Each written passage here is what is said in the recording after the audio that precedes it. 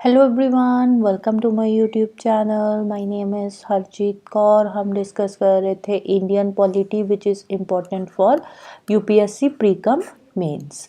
तो पीडीएफ की बात करें तो इसकी पीडीएफ आपको मेरे टेलीग्राम चैनल पर मिल जाएगी, जिसका लिंक इसी वीडियो के डिस्क्रिप्शन में दिया हुआ है।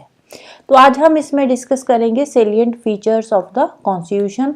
लक्ष्मीकांत की जो बुक है उसका आ जाता है ये चैप्टर नंबर 4, राइट। इसमें इससे पहले आता है chapter number 3, concept of the constitution. तो जो चैप्टर नंबर 3 है वो इतना ज़्यादा इंपॉर्टेंट नहीं है, इसलिए चैप्टर नंबर 3 हम स्किप करेंगे, सीधा जाएंगे चैप्टर नंबर 4 पर, which is the salient features of the constitution, क्योंकि चैप्टर नंबर 3 में से किसी भी तरह का कोई क्वेश्चन नहीं बनेगा, राइट।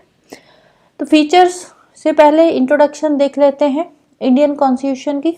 तो इंडियन कॉन्स्टिट्यूशन की बात करें तो इंडियन कॉन्स्टिट्यूशन जो है वो एक बहुत ही यूनिक कॉन्स्टिट्यूशन है। इसका कंटेंट देखें, अगर हम इसकी स्पिरिट देखें तो कंटेंट वाइज बहुत ही यूनिक कॉन्स्टिट्यूशन है जो इंडिया का कॉन्स्टिट्यूशन है। रीज़न क्या है यूनिक होने का? क्योंकि हमारा जो कॉन्स्टिट्यूशन है वो हमने तैयार करा है, इसके जो अलग अलग प्रोविजंस है उनको हमने बोरो करा है almost every constitution of the world. अलग अलग कंट्रीज के कॉन्स्टिट्यूशन में से हमने अलग अलग फीचर्स जो है वो बोरो करके उनको कंपाइल किया है और हमारा कॉन्स्टिट्यूशन तैयार किया है। अब कौन से फीचर कौन से कॉन्स्टिट्यूशन से हमने बोरो करे हैं वो हम आने वाली वीडियोस में डिस्कस करेंगे, राइट। तो जो हमारे कॉन्स्टिट्यूशन के फीचर्स हैं वो भी डिफरेंट है अदर कंट्रीज से। क्यों? क्योंकि इसमें हमने बहुत सारी चीज़ें कंपाइल करी है, इसीलिए हमारा कॉन्स्टिट्यूशन बहुत ही यूनिक कॉन्स्टिट्यूशन है। ओरिजिनली अगर हम बात करें, ओरिजिनली जो हमारा कॉन्स्टिट्यूशन था जो हमने 1949 में अडॉप्ट किया था, तो उस टाइम पे हमारा जो कॉन्स्टिट्यूशन था और उसके कंपैरेटिवली अगर हम आज के कॉन्स्टिट्यूशन की बात करें तो उसमें बहुत सारी हमारे जो चेंजेस है आई है, चेंजेस भी नहीं बोलेंगे, उसमें हमने बहुत सारे जो नए प्रोविजंस है वो ऐड करे हैं। क्योंकि टाइम टू टाइम हम हमारे कॉन्स्टिट्यूशन में अमेंडमेंट कर रहे हैं, चेंजेस कर रहे हैं। जैसे कोई भी नया अगर हमें प्रोविजन ऐड ऑन करना होता है तो हम उसमें अमेंडमेंट करते हैं, तो अमेंडमेंट के थ्रू हम नया जो है आर्टिकल ऐड करते हैं हमारे कॉन्स्टिट्यूशन में।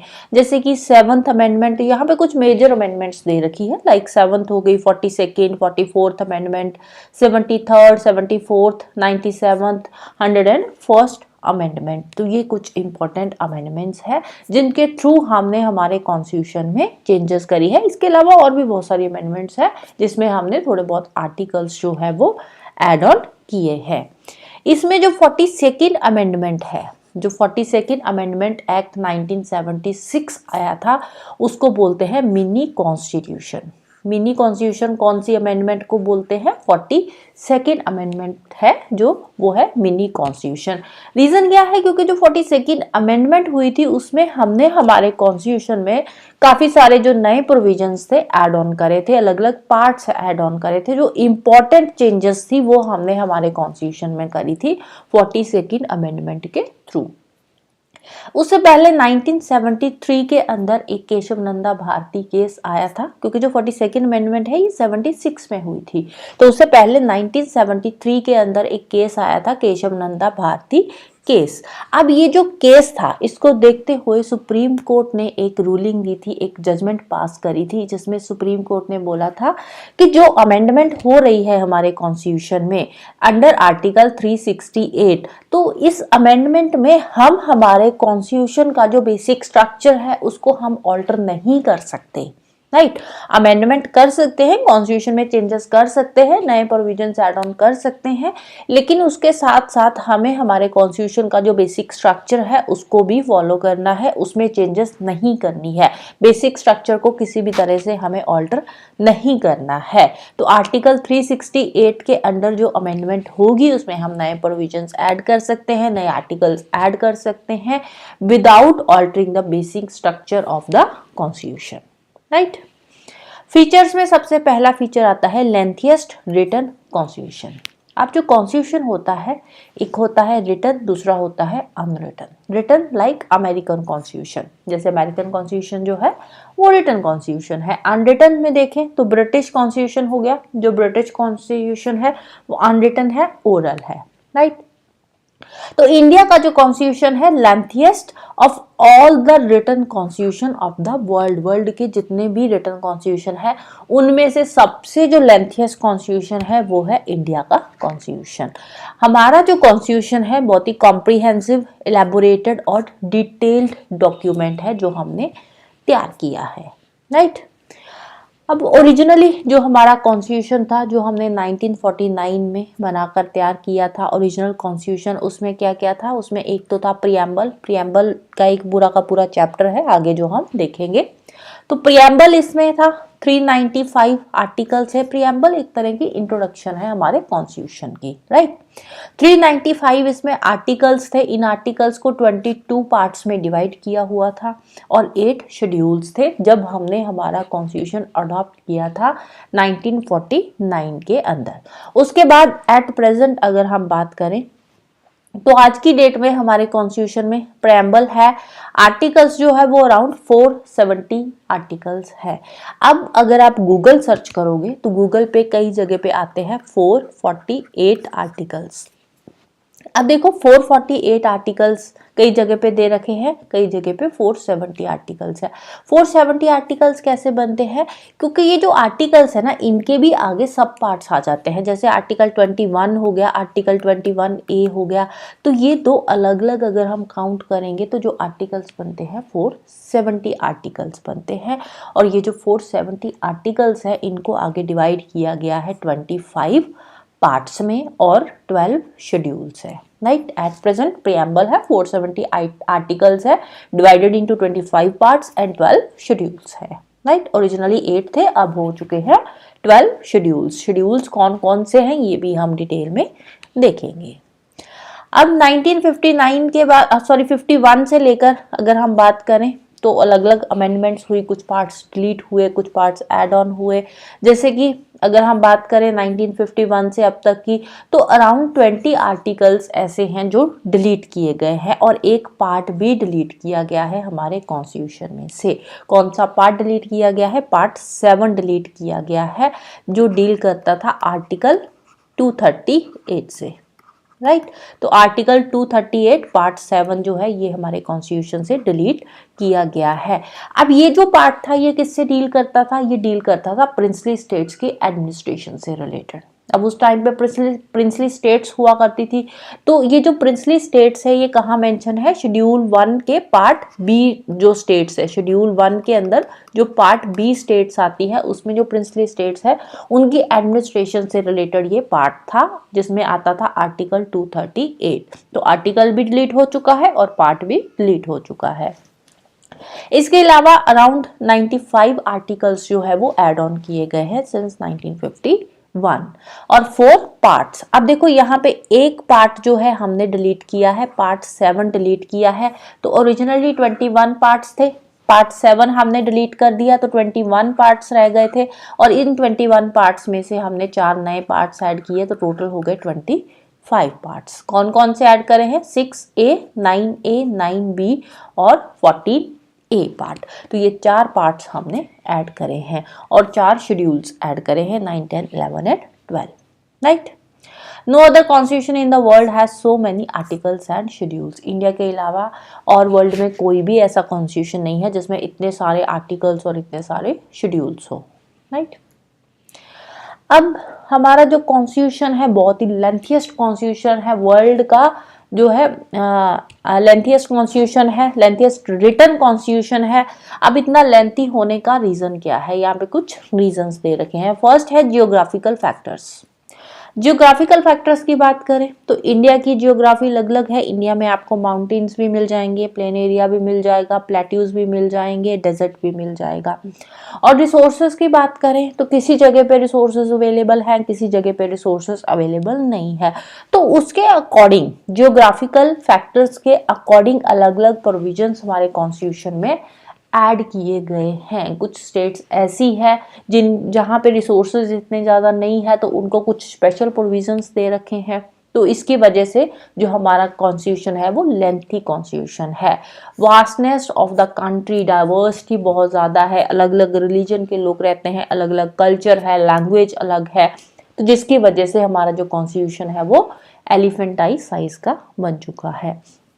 कुछ हिस्टोरिकल फैक्टर्स है जैसे कि गवर्नमेंट ऑफ इंडिया एक्ट 1935 का इन्फ्लुएंस भी आ जाता है।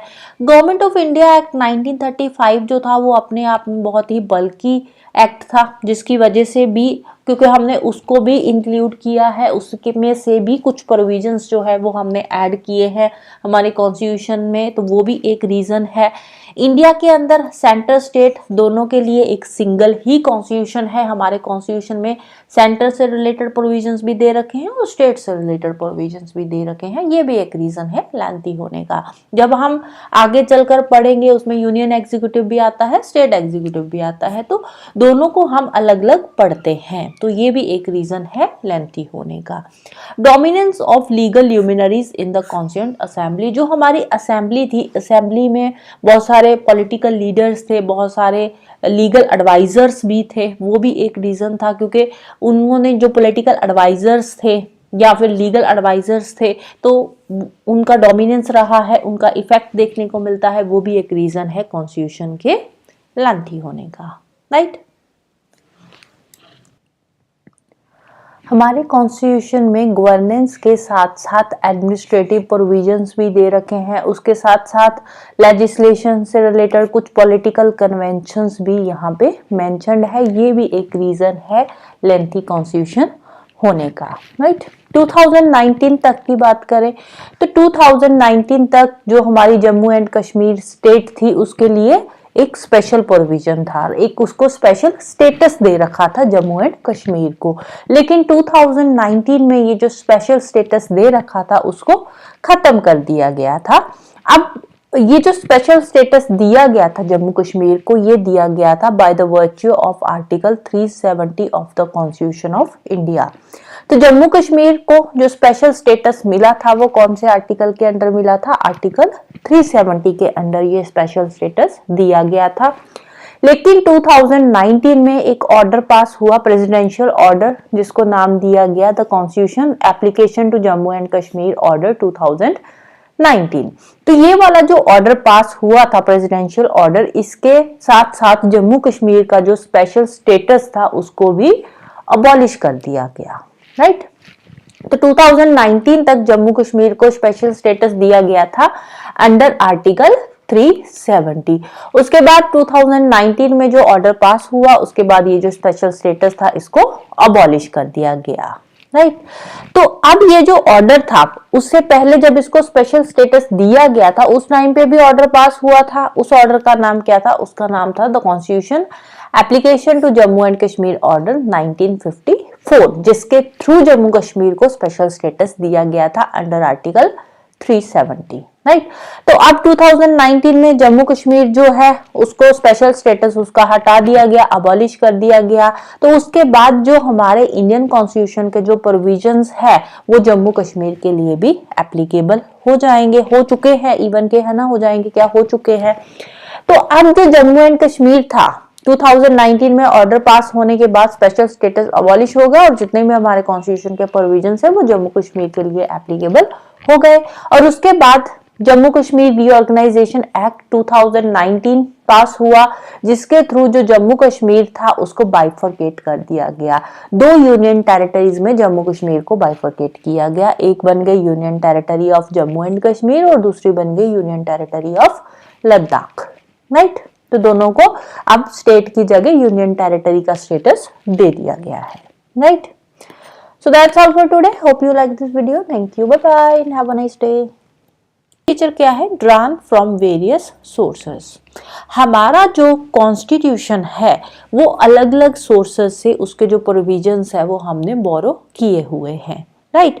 तो जैसे अलग अलग कंट्रीज है, अलग अलग कंट्रीज का जो कॉन्स्टिट्यूशन है उसको हमने देखा, गो थ्रू किया, उसके जो फीचर्स हमें अच्छे लगे वो हमने बोरो करे। इसके अलावा जो गवर्नमेंट ऑफ इंडिया एक्ट 1935 था उसमें से भी हमने जो फीचर्स हैं वो बोरो किए हुए हैं। तो जो हमारा कॉन्स्टिट्यूशन है उसके अलग अलग कंट्री से प्रोविजंस हमने बोरो करे हैं, plus government of India act 1935 से भी प्रोविजंस जो है हमने बोरो किए हुए हैं। जब हमारा कॉन्स्टिट्यूशन बनकर तैयार हो गया था तो उसके बाद doctor B R Ambedkar ji की ये स्टेटमेंट है। क्या स्टेटमेंट इन्होंने दी थी? Ransacking of all the known constitutions of the world. World के जितने भी नोन कॉन्स्टिट्यूशंस है उन सब के जो अच्छे अच्छे फीचर्स है वो हमने हमारे कॉन्स्टिट्यूशन में एड ऑन किए हुए हैं। राइट, हमारे कॉन्स्टिट्यूशन का जो स्ट्रक्चरल पार्ट है वो कहां से हमने लिया है? वो लिया है हमने गवर्नमेंट ऑफ इंडिया एक्ट 1935 से। फिलोसफिकल पार्ट की बात करें जैसे कि फंडामेंटल राइट्स हो गए, तो फंडामेंटल राइट्स हमने बोरो किए हैं अमेरिकन कॉन्स्टिट्यूशन से। Directive principles of state policy ये हमने बोरो किए हैं आयरिश कॉन्स्टिट्यूशन से। राइट, पॉलिटिकल पार्ट, जो पॉलिटिकल पार्ट है हमारे कॉन्स्टिट्यूशन का, जैसे कि प्रिंसिपल्स ऑफ कैबिनेट गवर्नमेंट हो गया, relation between executive and legislature, तो ये हमने लिया है ब्रिटिश कॉन्स्टिट्यूशन से। इसके अलावा अलग अलग कंट्रीज से लाइक कनाडा हो गया, Australia, Germany, USSR, France, south Africa, Japan, तो इन कंट्रीज में से हमने बहुत सारे प्रोविजंस जो है हमारे कॉन्स्टिट्यूशन में बोरो कर रखे हैं। और सबसे ज्यादा जो इन्फ्लुएंस है हमारे कॉन्स्टिट्यूशन पे वो है गवर्नमेंट ऑफ इंडिया एक्ट 1935 का, क्योंकि ज्यादातर जो हमने प्रोविजंस लिए हैं वो गवर्नमेंट ऑफ इंडिया एक्ट 1935 से ही लिए हैं। जैसे कि फेडरल स्कीम हो गया, judiciary, governors, emergency powers, public service commission हो गया, and most of the administrative details जो है वो हमने लिए हैं गवर्नमेंट ऑफ इंडिया एक्ट 1935 से। तो आधे से ज्यादा जो हमारे कॉन्स्टिट्यूशन के प्रोविजंस है वो गवर्नमेंट ऑफ इंडिया एक्ट 1935 से मिलते जुलते हैं। अब नेक्स्ट हम बात करते हैं सोर्सेज ऑफ द कॉन्स्टिट्यूशन। हमने देखा कि हमने जो हमारे कॉन्स्टिट्यूशन के प्रोविजंस है वो अलग अलग कंट्री से बोरो किए हैं। तो कौन सी कंट्री से हमने कौन सा प्रोविजंस जो है वो बोरो किया है वो हम यहाँ से देखेंगे। सबसे पहले आता है गवर्नमेंट ऑफ इंडिया एक्ट 1935। हमने देखा कि हमारे कॉन्स्टिट्यूशन का जो स्ट्रक्चरल पार्ट है वो हमने कहां से लिया है? गवर्नमेंट ऑफ इंडिया एक्ट 1935 से। तो आधे से ज्यादा प्रोविजंस मिलते जुलते हैं एक्ट ऑफ 1935 से। तो कौन कौन से ऐसे प्रोविजंस है जो हमने इस एक्ट से बोरो किए हैं? तो इसमें आ जाता है federal scheme, office of governor, judiciary, public service commission, emergency provisions, advisory jurisdiction of the Supreme Court and administrative details। तो ये हमने लिए हैं गवर्नमेंट ऑफ इंडिया एक्ट 1935 से।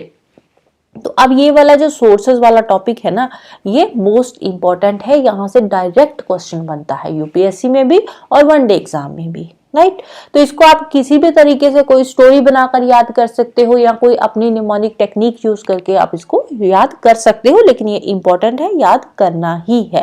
तो गवर्नमेंट ऑफ इंडिया एक्ट 1935 से आप एक कोई भी स्टोरी बना सकते हो कि अगर आपको गवर्नमेंट जॉब चाहिए तो उसके लिए आपको पब्लिक सर्विस कमीशन का जो एग्जाम होता है पीएससी का एग्जाम क्लियर करना होगा।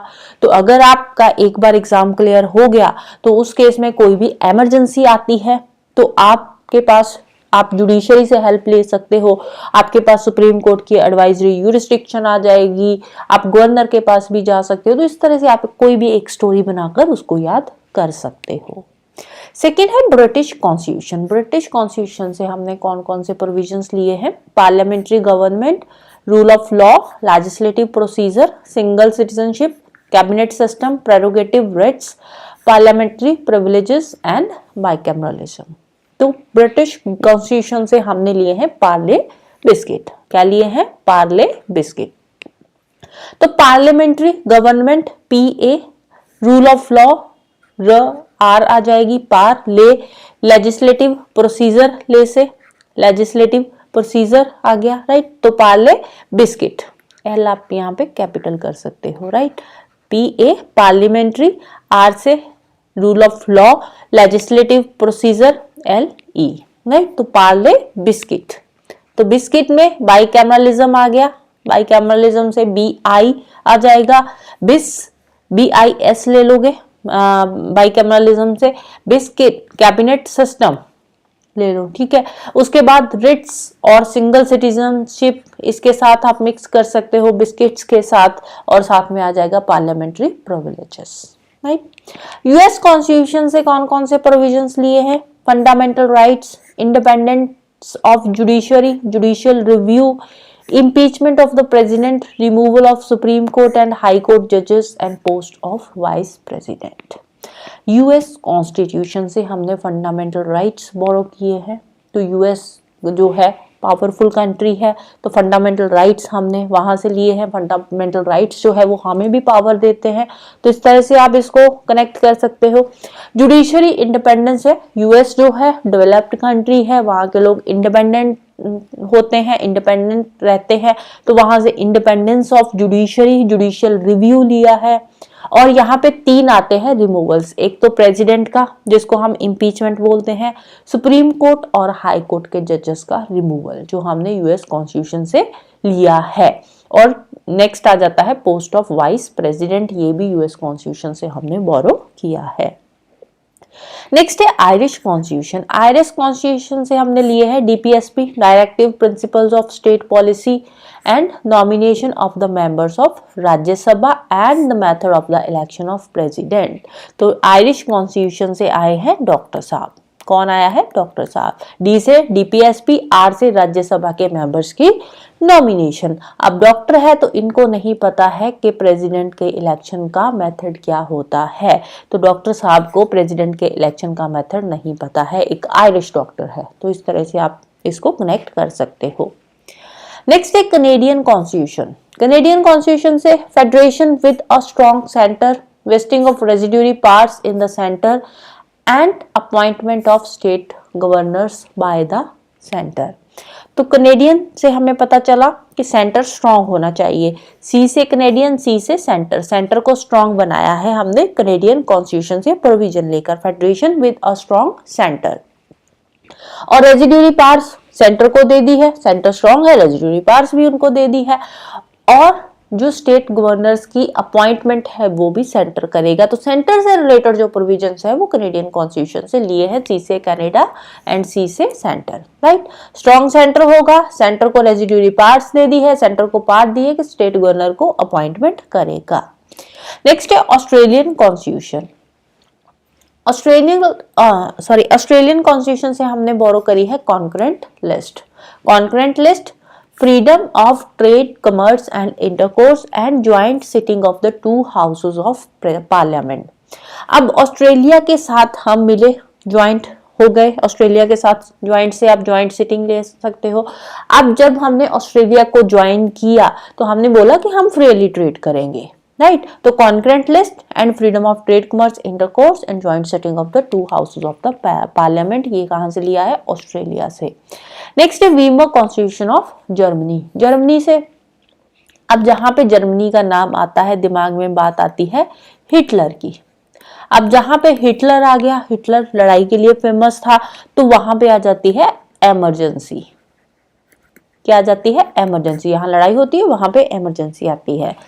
तो वीमर कॉन्स्टिट्यूशन ऑफ जर्मनी से हमने लिया है कि फंडामेंटल राइट्स को सस्पेंड किया जाएगा ड्यूरिंग इमरजेंसी। तो emergency provisions relating to the suspension of fundamental rights हमने कहां से लिया है? जर्मनी से लिया है।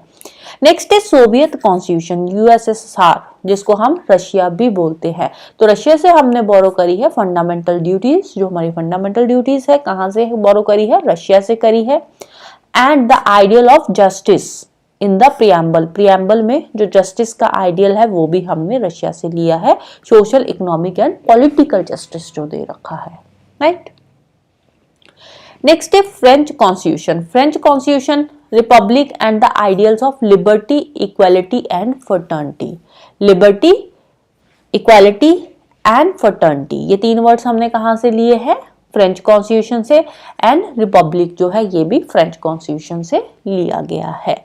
साउथ अफ्रीकन कॉन्स्टिट्यूशन से, साउथ अफ्रीकन कॉन्स्टिट्यूशन से हमने लिया है procedure for the amendment of constitution. Constitution को अमेंड करने का जो प्रोसीजर है वो हमने साउथ अफ्रीका से लिया है, plus election of the members of Rajya Sabha, Rajya Sabha के मेंबर्स की जो इलेक्शन है उसका जो प्रोसीजर है वो हमने साउथ अफ्रीका के कॉन्स्टिट्यूशन से लिया है, राइट। अमेंडमेंट का and election of the members of Rajya Sabha. Japanese constitution से हमने लिया है procedure established by law, right. Next feature है that is the blend of rigidity and flexibility. हमारा जो कॉन्स्टिट्यूशन है वो रिजिडिटी और फ्लेक्सिबिलिटी दोनों का ब्लेंड है। अब ये वर्ड्स का मीनिंग क्या होता है रिजिडिटी एंड फ्लेक्सिबिलिटी का? अब देखो जो कॉन्स्टिट्यूशन होता है वो या तो रिजिड होगा या फिर फ्लेक्सिबल होगा। रिजिड कॉन्स्टिट्यूशन कौन सा होता है? रिजिड कॉन्स्टिट्यूशन वो कॉन्स्टिट्यूशन होता है जिसमें अमेंडमेंट के लिए, जिसमें चेंजेस करने के लिए एक स्पेशल प्रोसीजर चाहिए होता है। तो जो ऐसा कॉन्स्टिट्यूशन है जिसमें अमेंडमेंट करने के लिए स्पेशल प्रोसीजर चाहिए, इस कॉन्स्टिट्यूशन को हम बोलते हैं rigid constitution. For example American constitution हो गया। दूसरी तरफ फ्लेक्सिबल कॉन्स्टिट्यूशन कौन सा होता है? जिनको अमेंड करने के लिए, जिसको अमेंड करने के लिए, जिस कॉन्स्टिट्यूशन में चेंजेस करने के लिए हमें एक ऑर्डिनरी लॉ की तरह ही जो प्रोसीजर है वो फॉलो करना है। कोई बहुत ज्यादा डिफिकल्ट प्रोसीजर नहीं होता, कोई स्पेशल प्रोसीजर इसमें नहीं होता। तो इसको अमेंड करने के लिए हमें एक जैसे ऑर्डिनरी लॉ पास होता है वैसे ही जो कॉन्स्टिट्यूशन है अमेंड हो जाता है। तो वो होता है constitution flexible constitution. For example British constitution हो गया, राइट। अब आते हैं इंडिया पे। इंडिया का जो कॉन्स्टिट्यूशन है वो ना तो प्रॉपर्ली रिजिड ही है और ना ही फ्लेक्सिबल है, दोनों का मिक्सचर है, दोनों का ब्लेंड है, राइट। अब हमारे यहाँ पे अमेंडमेंट के लिए दे रखा है आर्टिकल 368। आर्टिकल 368 जो है ये किससे डील करता है? Amendment of the constitution. Article 368 के अंदर दो तरह की अमेंडमेंट्स दे रखी है। फर्स्ट अमेंडमेंट इसमें आती है जो स्पेशल मेजॉरिटी से होती है, पार्लियामेंट की स्पेशल मेजॉरिटी से जो अमेंडमेंट होती है कॉन्स्टिट्यूशन में, वो दे रखी है आर्टिकल 368 के अंदर। स्पेशल मेजॉरिटी से अमेंडमेंट कैसे होती है? स्पेशल मेजॉरिटी में होता है कि जो हाउस है, ईच हाउस, लोकसभा और राज्यसभा, दो हाउसेस हैं, एक लोकसभा है एक राज्यसभा है, तो हर एक हाउस में जो प्रेजेंट एंड वोटिंग मेंबर्स है उसका जो 2/3 मेजॉरिटी बन रही है, प्रेजेंट एंड वोटिंग मेंबर्स की जो 2/3 मेजॉरिटी है वो चाहिए स्पेशल मेजॉरिटी के लिए। और वो जो 2/3 मेजॉरिटी है वो टोटल जो 50% मेंबर्स है उससे ज्यादा होनी चाहिए, राइट। टोटल मेंबरशिप की भी वो मेजॉरिटी होनी चाहिए। फॉर एग्जाम्पल एक हाउस है, कोई भी हाउस है, उसमें जो टोटल मेंबर्स हैं वो 300 मेंबर्स है, राइट। और प्रेजेंट एंड वोटिंग का 2/3 चाहिए। सपोज उस दिन 300 में से, सपोज उस दिन 300 में से जो 270 मेंबर्स है वही प्रेजेंट है और वही वोटिंग कर रहे हैं। तो 270 का हम देखेंगे 2/3 कितना होता है। 2/3 कितना हो जाएगा? 180 हो जाएगा, राइट। 2/3 इसका हो जाएगा 180। 270 क्या है? प्रेजेंट मेंबर्स है और वोटिंग कर रहे हैं। तो प्रेजेंट एंड वोटिंग का कितने मेंबर्स हो गए? 180 मेंबर्स है, राइट। जो बिल है उसके फेवर में, जो अमेंडमेंट हम कर रहे हैं उस अमेंडमेंट के फेवर में ये वोटिंग कर रहे हैं 180 मेंबर्स। अब ये जो 180 मेंबर्स है ये टोटल मेजॉरिटी का भी 50%, जो टोटल मेंबरशिप है उसकी भी मेजॉरिटी होनी चाहिए। मेजॉरिटी कितनी होनी चाहिए? 50% प्लस 1 की मेजॉरिटी होती है। ये जो मेजॉरिटी है, मेजॉरिटी किसको बोलते हैं? 50% प्लस 1 की मेजॉरिटी। तो 300 मेंबर्स है, 300 मेंबर्स का 50% कितना बन जाएगा? 150 बन जाएगा प्लस 1। तो 150 मेंबर्स से 151 मेंबर्स से ज्यादा मेंबर्स होने चाहिए स्पेशल मेजॉरिटी के लिए। तो कितने आ रहे हैं? 180 आ रहे हैं, तो अमेंडमेंट हो सकती है, राइट। तो ये मेथड है स्पेशल मेजॉरिटी का। सेकंड क्या है? कुछ प्रोविजंस है जिनके लिए स्पेशल मेजॉरिटी तो पार्लियामेंट में चाहिए ही चाहिए, इसके साथ साथ आधे स्टेट्स की रेटिफिकेशन भी चाहिए। जितनी स्टेट्स है उनमें से 50% स्टेट्स की रेटिफिकेशन भी चाहिए उस अमेंडमेंट के लिए। स्टेट्स एग्री होनी चाहिए, 50% स्टेट्स उस पर्टिकुलर अमेंडमेंट के लिए, राइट। तो ये है आर्टिकल 368 की अमेंडमेंट। अगर हमें 368 के अकॉर्डिंग अमेंड करना है तो ये जो फीचर है ये क्या शो कर रहा है? ये शो कर रहा है कॉन्स्टिट्यूशन की रिजिडिटी। इससे पता चलता है कि हमारा कॉन्स्टिट्यूशन रिजिड है। लेकिन हमने बोला ब्लेंड है, फ्लेक्सिबल भी है, तो फ्लेक्सिबिलिटी कहाँ पे है? एट द सेम टाइम हमारे कॉन्स्टिट्यूशन में कुछ प्रोविजंस ऐसे हैं जिनको हम सिंपल मेजॉरिटी से भी अमेंड कर सकते हैं, जैसे कि एक ऑर्डिनरी लेजिस्लेटिव प्रोसेस होता है। लेकिन ये जो सिंपल मेजॉरिटी से अमेंडमेंट्स होती है, एक जो ऑर्डिनरी लेजिस्लेटिव प्रोसेस के थ्रू जो अमेंडमेंट होती है, ये अमेंडमेंट आर्टिकल 368 के अंडर नहीं होती। इसके लिए अलग अलग आर्टिकल्स हैं। फॉर एग्जाम्पल आर्टिकल नंबर 2 हो गया, आर्टिकल नंबर 3 हो गया। तो इसमें क्या दे रखा है इन आर्टिकल्स में कि अगर हमें किसी स्टेट का नाम चेंज करना है, किसी स्टेट की बाउंड्री चेंज करनी है, तो अगर एरिया चेंज करना है, तो उस केस में हम एक ऑर्डिनरी लेजिस्लेटिव प्रोसेस के थ्रू उस पर्टिकुलर स्टेट का जो नाम है वो चेंज कर सकते हैं। तो इसके लिए हमें स्पेशल मेजॉरिटी की जरूरत नहीं होती अंडर आर्टिकल 368। तो आर्टिकल 2-3 के अंडर भी यहाँ पे एक ऑर्डिनरी लेजिस्लेटिव प्रोसेस के थ्रू जो है अमेंडमेंट हो सकती है, राइट। नेक्स्ट है federal system with unitary bias.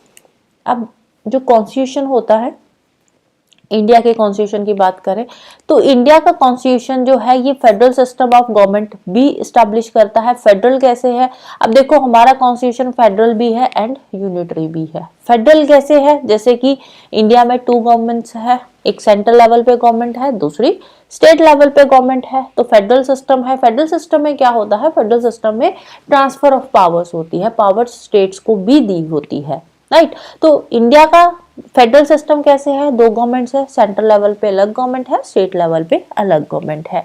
Division of powers, states को भी पावर्स दे रखी है। रिटन कॉन्स्टिट्यूशन है हमारा, कॉन्स्टिट्यूशन सुप्रीम है, रिजिड है कॉन्स्टिट्यूशन, जुडिशरी इंडिपेंडेंट है एंड बाइकैमरलिज्म है। बाइकैमरलिज्म 2 हाउसेस है पार्लियामेंट के, Lok Sabha and Rajya Sabha, upper house and lower house. अब ये जो फीचर्स है ये फेडरल फीचर्स है। इसके अलावा कुछ यूनिटरी फीचर्स भी है इंडिया के। यूनिटरी फीचर्स कैसे हैं, जो इंडिया को यूनाइट करते हैं, जैसे स्ट्रॉन्ग सेंटर है।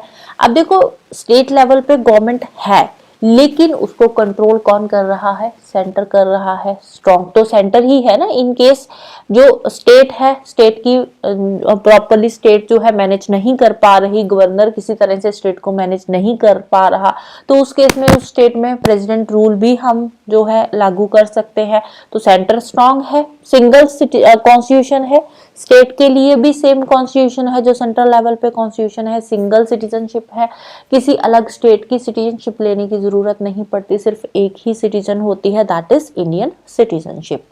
फ्लेक्सिबिलिटी ऑफ द कॉन्स्टिट्यूशन, अभी हमने देखा कॉन्स्टिट्यूशन फ्लेक्सिबल भी है, रिजिड भी है, फ्लेक्सिबल भी है।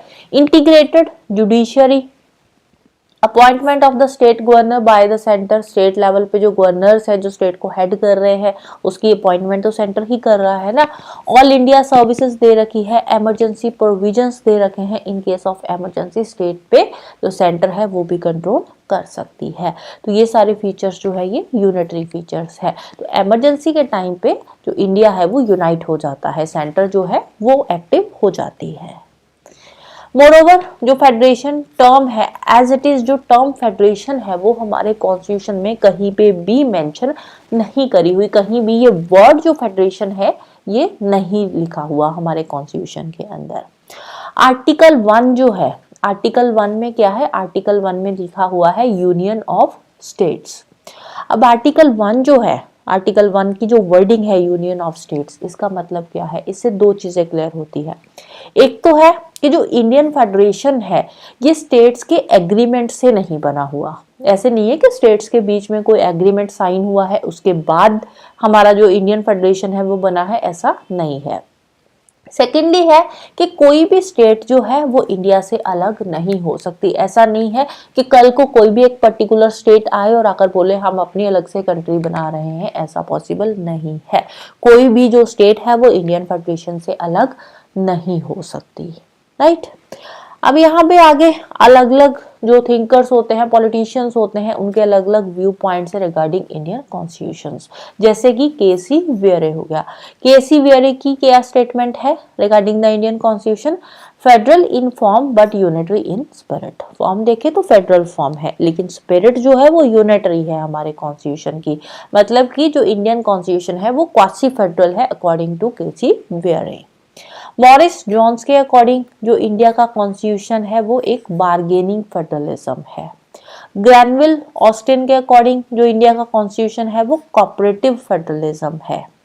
आइवर जेनिंग्स के अकॉर्डिंग इंडिया का जो कॉन्स्टिट्यूशन है वो है federation with a centralising tendency. तो ये इनके अलग अलग व्यू पॉइंट्स है रिगार्डिंग द इंडियन। तो जो नेक्स्ट फीचर है वो क्या है, parliamentary form of government. India में पार्लियामेंट्री फॉर्म ऑफ गवर्नमेंट है। इंडिया ने हमारा जो कॉन्स्टिट्यूशन है हमने ऑप्ट करा है British parliamentary system of government, क्योंकि ब्रिटेन में जो है गवर्नमेंट का सिस्टम है वो पार्लियामेंट्री सिस्टम है। वहीं अगर हम अमेरिका की बात करें तो यूएसए में क्या है, प्रेसिडेंशियल सिस्टम ऑफ गवर्नमेंट, और हमने ऑप्ट किया है British parliamentary system of government. तो हमारा जो पार्लियामेंट्री सिस्टम है किस पे बेस्ड है, देखो एक पार्लियामेंट्री सिस्टम है, दूसरा प्रेसिडेंशियल सिस्टम है। पार्लियामेंट्री सिस्टम के अंदर क्या होता है कि जो लेजिस्लेटिव एंड एग्जीक्यूटिव ऑर्गन्स होते हैं वो मिलकर काम करते हैं, कोऑपरेशन एंड कोऑर्डिनेशन से वो काम करते हैं पार्लियामेंट्री सिस्टम में। वहीं जो प्रेसिडेंशियल सिस्टम होता है उसमें क्या होता है, उसमें पावर्स जो होती है सेपरेशन होती है, separation of powers between the legislature and the executive, right. अब देखो यहाँ गवर्नमेंट के 3 ऑर्गन्स होते हैं, कौन कौन से, एक होता है लेजिस्लेचर होता है, दूसरा आ जाता है एग्जीक्यूटिव, लेजिस्लेचर एग्जीक्यूटिव, और तीसरा आ जाता है जुडिशियरी। अब तीनों में डिफरेंस क्या है, लेजिस्लेचर का काम क्या होता है, लेजिस्लेचर का काम होता है लॉ बनाना। तो लेजिस्लेचर में क्या आ जाएगा आपका, पार्लियामेंट, लेजिस्लेचर में पार्लियामेंट आ जाएगा, लेजिस्लेचर का काम है लॉ बनाना। तो पार्लियामेंट क्या करती है, लॉ बनाती है। एग्जीक्यूटिव में क्या आ जाता है, एग्जीक्यूटिव में आ जाता है जैसे प्राइम मिनिस्टर हो गया, प्रेसिडेंट हो गया। तो एग्जीक्यूटिव का काम क्या है कि पार्लियामेंट ने जो लॉज बनाए हैं, पार्लियामेंट में जो लॉज बने हैं उन लॉज को अप्लाई करना, फोर्स में लाना, उन लॉज को इंप्लीमेंट करने का काम किसका है, एग्जीक्यूटिव का है, जिसमें आ जाते हैं हमारे prime minister and president. Third organ आता है जुडिशरी। जुडिशरी का क्या काम होता है, जुडिशरी का काम होता है जो लॉज हैं उन लॉज को इंटरप्रेट करना, प्लस यहाँ पे जो डिस्प्यूट्स होते हैं उनको रिजॉल्व किया जाता है जुडिशरी के अंदर। तो ये 3 मेजर ऑर्गन्स होते हैं गवर्नमेंट के, right, legislature, executive and judiciary. Legislature में लॉ बनता है, एग्जीक्यूटिव में इंप्लीमेंट होता है, जुडिशरी में उससे रिलेटेड कोई भी जो डिस्प्यूट है उसको हम रिजॉल्व करते हैं जुडिशरी के अंदर, लॉ को हम इंटरप्रेट करते हैं जुडिशरी में, राइट। तो यहाँ पे पार्लियामेंट्री सिस्टम में लेजिस्लेटिव एंड एग्जीक्यूटिव ऑर्गन्स जो है वो कोऑपरेशन एंड कोऑर्डिनेशन से काम करते हैं, और प्रेसिडेंशियल सिस्टम में क्या है, आता है doctrine of separation of powers between the legislature and executive, right. हमारा जो पार्लियामेंट्री सिस्टम ऑफ गवर्नमेंट है उसको हम बोलते हैं वेस्टमिनिस्टर मॉडल ऑफ गवर्नमेंट, या रिस्पॉन्सिबल गवर्नमेंट भी बोल देते हैं, या फिर कैबिनेट गवर्नमेंट भी हम इसको बोलते हैं। अब जो पार्लियामेंट्री सिस्टम है हमारा, पार्लियामेंट्री सिस्टम सेंटर लेवल पे भी काम करता है और स्टेट लेवल पे भी काम करता है। ऐसे नहीं है कि सेंटर पे ही पार्लियामेंट्री सिस्टम है, स्टेट लेवल पे भी पार्लियामेंट्री सिस्टम जो काम करता है। सेंट्रल लेवल पे लोकसभा है, राज्यसभा है, स्टेट लेवल पे स्टेट लेजिस्लेटिव असेंबली आ जाती है, और कुछ स्टेट से यहाँ पे काउंसिल भी है, राइट। तो पार्लियामेंट्री सिस्टम के फीचर्स कौन से हो गए, जो पार्लियामेंट्री सिस्टम ऑफ गवर्नमेंट है इंडिया में। तो इंडिया में presence of nominal and real executive, जो एग्जीक्यूटिव है नॉमिनल होता है और रियल होता है। मेजॉरिटी पार्टी का रूल है, जो पार्टी मेजॉरिटी में है उसी का रूल होगा। Collective responsibility of the executive to the legislature, collective responsibility, यहाँ पे क्या होता है पार्लियामेंट्री सिस्टम में जो काउंसिल ऑफ मिनिस्टर्स होते हैं इनको एक यूनिट माना जाता है, राइट। जो पार्लियामेंट्री सिस्टम है उसमें जो काउंसिल ऑफ मिनिस्टर्स है, इन काउंसिल ऑफ मिनिस्टर्स को हम एक यूनिट की तरह मानते हैं, राइट। तो जो काउंसिल ऑफ मिनिस्टर्स है, इन केस लोकसभा जो है वो डिसॉल्व हो जाती है तो पूरी की पूरी जो मिनिस्ट्री है, जो काउंसिल ऑफ मिनिस्टर्स है, उनको रिजाइन करना पड़ता है, they sink and swim together. तो council of ministers collectively responsible होते हैं, right. Membership of the ministers in the legislature, legislature parliament में क्या होते हैं, मिनिस्टर्स होते हैं, राइट। जो मिनिस्टर्स कौन बनते हैं, मिनिस्टर्स वही बनते हैं जो पार्लियामेंट में मेंबर्स होते हैं, किसी भी हाउस के जो मेंबर होते हैं, राइट। नेक्स्ट है leadership of the prime minister और the chief minister. Prime minister जो है ये सेंट्रल लेवल पे होता है, और जो चीफ मिनिस्टर है ये होता है स्टेट लेवल पे, right. Resolution of lower house, Lok Sabha या जो स्टेट लेजिस्लेटिव असेंबली है वो डिसॉल्व हो जाती है। अब हमने जो इंडिया का पार्लियामेंट्री सिस्टम है ये ब्रिटिश पैटर्न पे बेस्ड है। हमने जो पार्लियामेंट्री सिस्टम अडॉप्ट किया है वो ब्रिटेन से अडॉप्ट किया है। ब्रिटेन में पार्लियामेंट्री सिस्टम है, इंडिया में भी पार्लियामेंट्री सिस्टम है, लेकिन हमारे यहाँ पे क्या है, जो लोअर हाउस है, अगर लोअर हाउस में लोकसभा में नो कॉन्फिडेंस मोशन पास हो जाता है या किसी भी वजह से मेजॉरिटी नहीं बन पाती तो उस केस में जो लोअर हाउस होता है वो डिसॉल्व हो जाता है। लेकिन अब हमने ऑल्दो हमने ब्रिटिश पैटर्न से जो ब्रिटेन है वहां से पार्लियामेंट्री सिस्टम लिया है, स्टिल बहुत सारे यहाँ पे कुछ फंडामेंटल डिफरेंसेस भी आ जाते हैं इंडियन पार्लियामेंट्री सिस्टम और ब्रिटिश पार्लियामेंट्री सिस्टम में। For example, Indian parliament is not a sovereign body like the British parliament. हमारी जो पार्लियामेंट है वो सोवरेन नहीं है, हमारी जो कॉन्स्टिट्यूशन है वो सोवरेन है, राइट। पार्लियामेंट सोवरेन नहीं है, हमारी जो कॉन्स्टिट्यूशन है वो सोवरेन है। ऐसा नहीं है कि पार्लियामेंट किसी भी तरह का कोई भी लॉ पास कर दे वो एक्सेप्ट करना पड़ेगा। लेकिन देखो, अगर कोई पार्लियामेंट ऐसा लॉ पास करती है जो बेसिक स्ट्रक्चर को हार्म कर रहा है तो ऐसे जो लॉस होते हैं वो नल एंड वॉइड डिक्लेयर किए जाते हैं। तो यहाँ पे पार्लियामेंट को सोवरेनिटी नहीं दे रखी है, तो पार्लियामेंट पूरी तरह से सोवरेन बॉडी नहीं है, लेकिन जो ब्रिटिश पार्लियामेंट है वो सोवरेन है। इंडिया में क्या होता है, जो हेड होता है, जो प्रेसिडेंट है वो इलेक्टेड होता है, इलेक्शन इनडायरेक्ट होती है लेकिन इलेक्टेड हेड होता है हमारा। लेकिन ब्रिटेन में क्या होता है, ब्रिटिश स्टेट में हेरिडिटरी हेड होता है, मोनार्की है, राइट। आगे की आगे हेरिडिटरी चलता रहता है, जो हेड होता है वहां पे। तो ब्रिटेन में क्या है, मोनार्की है, लेकिन इंडिया में क्या है, जो हेड होता है वो इलेक्टेड होता है, राइट। पार्लियामेंट्री सिस्टम में क्या होता है, इंडिया हो या ब्रिटेन हो, वहां पे जो प्राइम मिनिस्टर का रोल है बहुत ही सिग्निफिकेंट रोल होता है, चाहे इंडिया की बात कर लो या फिर ब्रिटेन की। हमारे जो प्रेसिडेंट है वो क्या है, वो एक रबर स्टैंप है, वो प्राइम मिनिस्टर के कहने पे ही जो भी डिसीजंस है वो लेता है, राइट। तो यहाँ पे जो मेजर सिग्निफिकेंट रोल होता है वो किसका होता है, प्राइम मिनिस्टर का होता है, इंडिया में भी और ब्रिटेन में भी, राइट। तो इसीलिए जो पॉलिटिकल साइंटिस्ट है उन्होंने प्राइम मिनिस्टर को या जो प्रेसिडेंशियल सिस्टम ऑफ गवर्नमेंट है उसको क्या नाम दिया है, प्राइम मिनिस्ट्रियल गवर्नमेंट। जो पार्लियामेंट्री सिस्टम ऑफ गवर्नमेंट है उसको पॉलिटिकल जो साइंटिस्ट है वो क्या बुलाते हैं, प्राइम मिनिस्ट्रियल गवर्नमेंट। नेक्स्ट है synthesis of parliamentary sovereignty and judicial supremacy.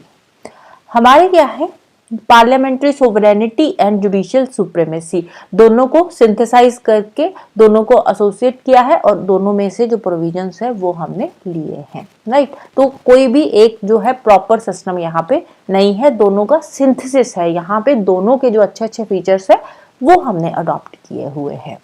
Doctrine of sovereignty of parliament is associated with British parliament. Britain का जो पार्लियामेंट है वहां पे जो पार्लियामेंट को प्रॉपर सॉवरेनिटी दे रखी है।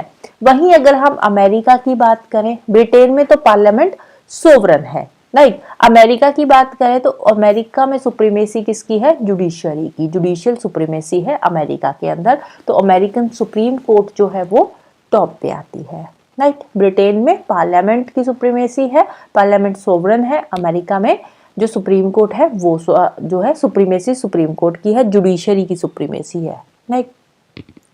इंडिया की बात करें, इंडियन पार्लियामेंट्री सिस्टम जो है वो ब्रिटिश सिस्टम से डिफरेंट है। कैसे डिफरेंट है, हमारे यहाँ पे क्या है, सुप्रीम कोर्ट को भी कुछ पावर्स दे रखी है जो कि पार्लियामेंट के जो पावर्स है उनको ओवरराइड कर सकती है। जैसे कि सुप्रीम कोर्ट को पावर दे रखी है जुडिशियल रिव्यू की, सुप्रीम कोर्ट को पावर दे रखी है जुडिशियल रिव्यू की।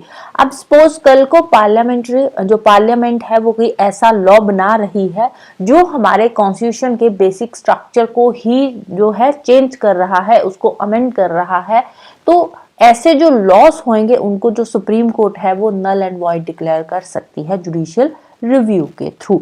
लेकिन यहाँ पे जो स्कोप है सुप्रीम कोर्ट का, इंडिया की सुप्रीम कोर्ट के जुडिशियल रिव्यू का, वो यूएस की सुप्रीम कोर्ट से नैरो है। यूएस के सुप्रीम कोर्ट के पास जितनी पावर्स है वो इंडिया की सुप्रीम कोर्ट के पास नहीं है। ऐसा क्यों है, क्योंकि जो यूएस है वहां पे कौन सा प्रोसेस फॉलो होता है, ड्यू प्रोसेस ऑफ लॉ। लेकिन इंडिया में क्या है, इंडिया में है procedure established by law. US में है due process of law, India में है procedure established by law Indian constitution में। For example article 21। आर्टिकल 21 किससे डील करता है? आर्टिकल 21 क्या बोलता है? राइट टू लाइफ, के हर किसी के पास राइट टू लाइफ है, right, right to life with dignity. लेकिन यहाँ पे एक बात और आ जाती है, यहाँ पे साथ में क्या लिखा हुआ है? राइट टू लाइफ के साथ में क्या है? Except by the procedure established by law. यहाँ पे एक एक्सेप्शन भी है राइट टू लाइफ के साथ, procedure except procedure established by law. ये क्या कहता है? सपोज फॉर एग्जांपल, एक एग्जांपल लेते हैं। अब राइट टू लाइफ है, सबके पास जीने का अधिकार है, लेकिन कोई एक पर्सन आया, उसने कोई ऐसा क्राइम कमिट किया, बहुत ही हिनस क्राइम कमिट किया, तो उस पर्सन को कल को कैपिटल पनिशमेंट दी जाती है, फांसी की सजा सुना दी जाती है। तो कल को वो पर्सन कोर्ट में जाकर, क्योंकि ये क्या है, ये प्रोसीजर एस्टैब्लिश्ड बाय लॉ है, यहाँ पे पार्लियामेंट के जो सुप्रीम कोर्ट है उन्होंने कुछ रूल्स बना रखे हैं, कुछ लॉज बना रखे हैं। अब ऐसा नहीं है कि राइट टू लाइफ है तो हम खुद जी रहे हैं तो दूसरों को मार देंगे, ये भी नहीं है। अब कोई पर्सन है, हिनस क्राइम कमिट कर रहा है, उसको कल को कैपिटल पनिशमेंट दी गई है, फांसी की सजा सुनाई गई है, तो ऐसा नहीं वो बोल सकता कि आर्टिकल 21 के अंडर मेरा फंडामेंटल राइट है राइट टू लाइफ, तो आप मुझे फांसी की सजा नहीं दे सकते, क्योंकि यहाँ पे फिर एक्टिवेट होता है प्रोसीजर एस्टैब्लिश्ड बाय लॉ। आपने ठीक है राइट टू लाइफ है, लेकिन उसके साथ साथ आप दूसरों को हार्म भी नहीं करोगे, तो यहाँ पे एक्सेप्शन दे रखी है प्रोसीजर एस्टैब्लिश्ड बाय लॉ। हमारे जो फ्रेमर्स थे कॉन्स्टिट्यूशन के, इंडियन कॉन्स्टिट्यूशन जिन्होंने बनाया है, तो हमने प्रेफर करा है proper synthesis between the British principle of parliamentary sovereignty, British की parliamentary sovereignty and American principle of judicial supremacy, दोनों को सिंथेसाइज किया, ब्लेंड किया, और जो प्रोविजंस थे वो हमने हमारे कॉन्स्टिट्यूशन में ऐड करे। हमारे जो सुप्रीम कोर्ट है, सुप्रीम कोर्ट क्या डिक्लेयर कर सकती है? सुप्रीम कोर्ट को पावर्स दे रखी है कि पार्लियामेंट अगर कल को कोई ऐसा लॉ बना रही है जो कि अनकॉन्स्टिट्यूशनल है, जो कि हमारे कॉन्स्टिट्यूशन के बेसिक स्ट्रक्चर को चेंज कर रहा है, तो ऐसा जो लॉ होगा वो supreme court under judicial review उसको अनकॉन्स्टिट्यूशनल डिक्लेयर कर सकती है, नल एंड वॉइड डिक्लेयर कर सकती है। तो ये पावर सुप्रीम कोर्ट को दे रखी है, राइट। नेक्स्ट आता है इंटीग्रेटेड एंड इंडिपेंडेंट जुडिशरी। हमारे यहाँ पे जो जुडिशियल सिस्टम है वो क्या है? Integrated as well as independent है। इंटीग्रेटेड कैसे है? हमारे टॉप पे क्या है? सुप्रीम कोर्ट आ जाती है, सुप्रीम कोर्ट के नीचे फिर हाई कोर्ट्स आ जाती है स्टेट लेवल पे, right. Supreme court at the top of the integrated judicial system in the country. Top पे सुप्रीम कोर्ट है, उसके नीचे हाई कोर्ट्स आ जाती है स्टेट लेवल पे। हाई कोर्ट के under hierarchy of subordinate courts, subordinate courts की हायरार्की आती है, देन डिस्ट्रिक्ट कोर्ट्स आ जाती है, और उसके नीचे भी लोअर कोर्ट्स आ जाती है जो लोअर लेवल पे काम करती है, राइट। वहीं अगर हम यूएसए की बात करें तो यूएसए में क्या है?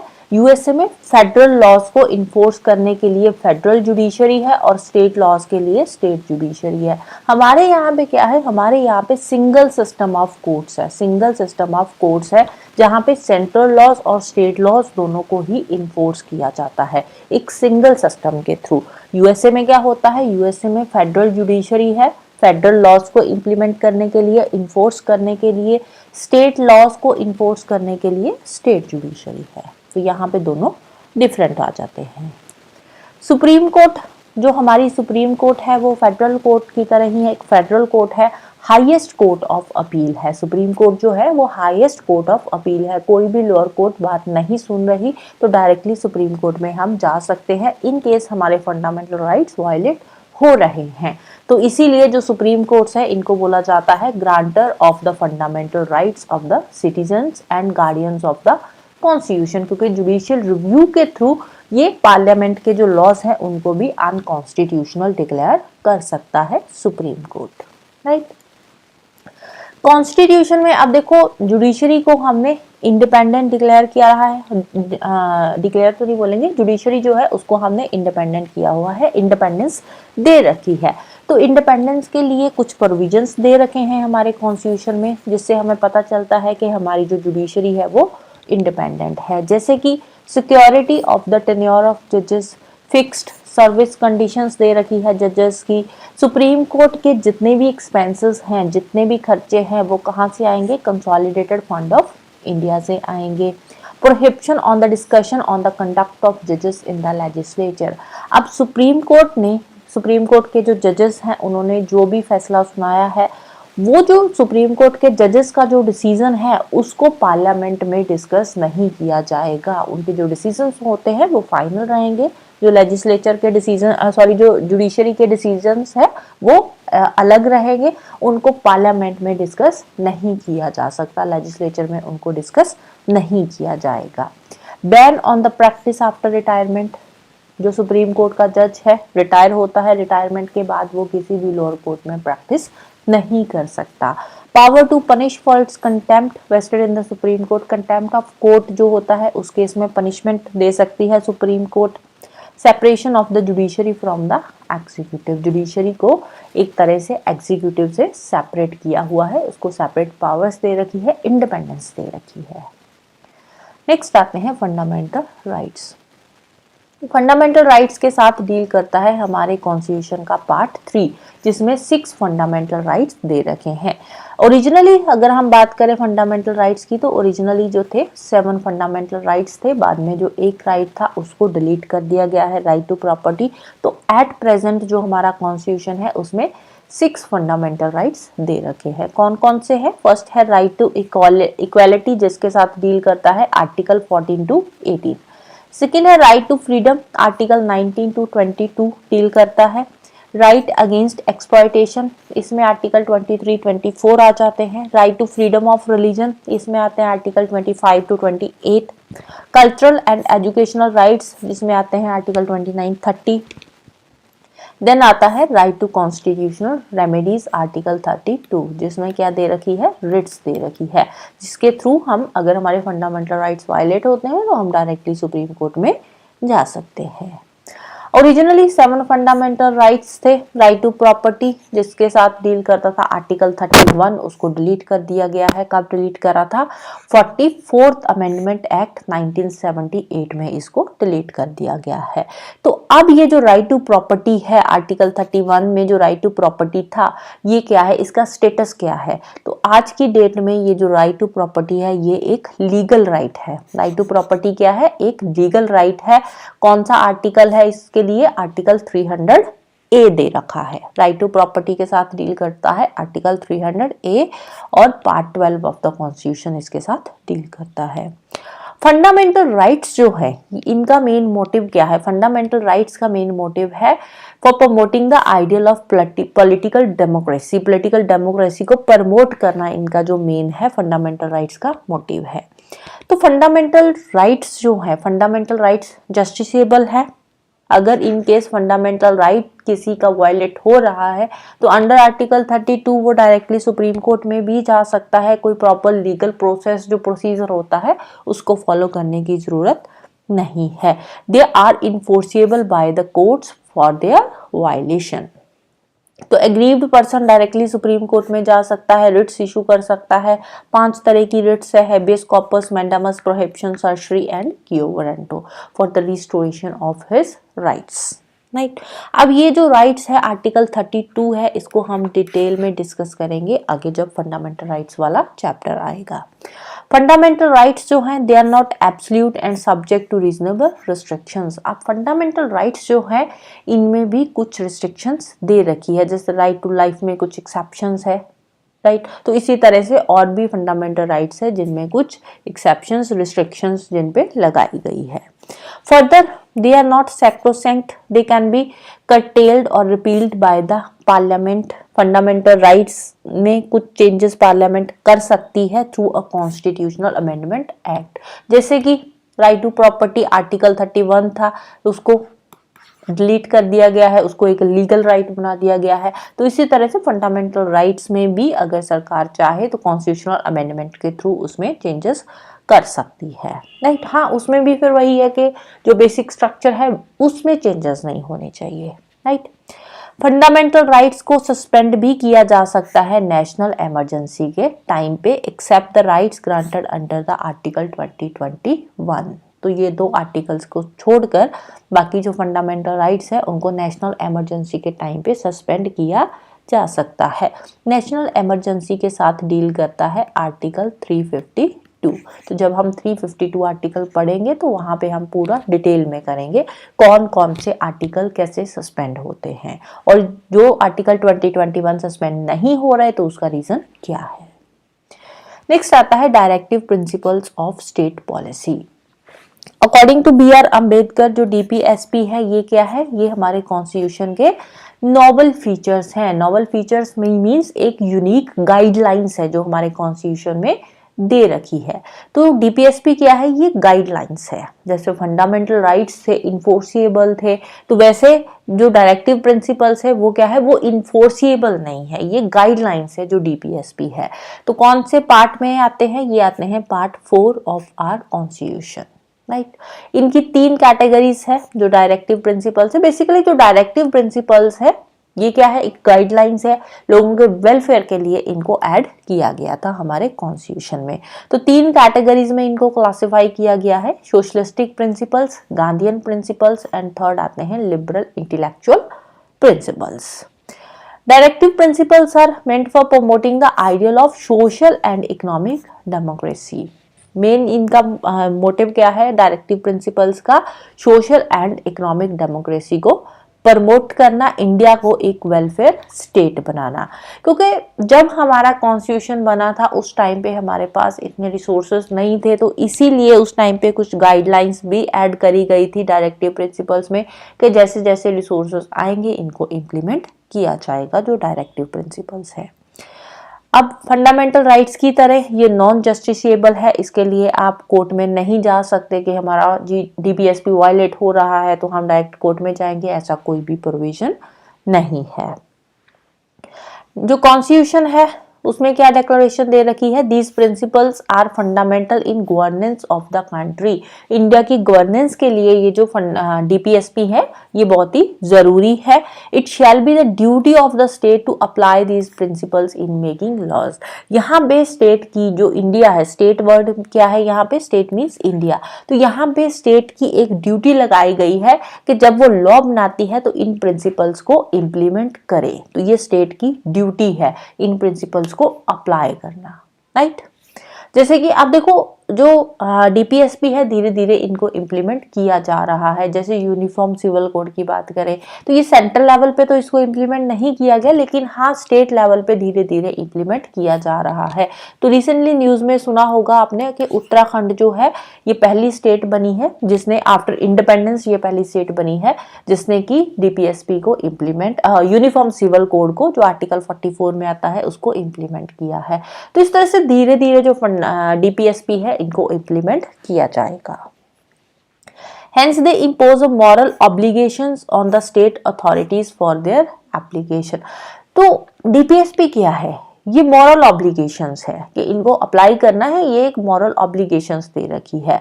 रियल फोर्स जो है इनके पीछे वो क्या है, पॉलिटिकल आ जाती है, यानी कि पब्लिक ओपिनियन भी यहाँ पे मैटर करता है डीपीएसपी में। 1980 में एक केस आया था मिनर्वा मिल्स केस। तो उस केस में सुप्रीम कोर्ट की एक स्टेटमेंट आई थी, क्या आई थी, the Indian constitution is founded on the bedrock of the balance between fundamental rights and directive principles. तो दोनों के बैलेंस पे जो इंडिया का कॉन्स्टिट्यूशन है वो बना हुआ है। नेक्स्ट आती है फंडामेंटल ड्यूटीज। ओरिजिनली जो फंडामेंटल ड्यूटीज थी हमारे कॉन्स्टिट्यूशन में नहीं थी। ओरिजिनली फंडामेंटल ड्यूटीज सिटीजन्स को नहीं दे रखी थी। फंडामेंटल ड्यूटीज को बाद में हमारे कॉन्स्टिट्यूशन में ऐड किया गया था 1976 में 42nd अमेंडमेंट के थ्रू। तो जो फंडामेंटल ड्यूटीज है ये इनको इमरजेंसी के बाद में, जब इंटरनल इमरजेंसी थी 1975 से 77 का टाइम पीरियड था, तो उस टाइम पे 42nd अमेंडमेंट एक्ट 1976 के थ्रू इनको ऐड किया गया था। कौन सी कमेटी की रिकमेंडेशन पे ऐड किया गया था, तो इनको ऐड किया गया था स्वर्ण सिंह कमेटी की रिकमेंडेशन पे। फंडामेंटल ड्यूटीज का अलग से चैप्टर है तो वहाँ पे हम डिटेल में भी इसको डिस्कस करेंगे। ओरिजिनली जो फंडामेंटल ड्यूटीज थी हमारे कॉन्स्टिट्यूशन में 10 फंडामेंटल ड्यूटीज दे रखी है। ओरिजिनली मीन्स जब इनको ऐड किया गया था 42nd अमेंडमेंट के थ्रू 1976 में। तो उसके बाद अमेंडमेंट हुई थी 86th, ऐड हुई थी 42nd अमेंडमेंट में।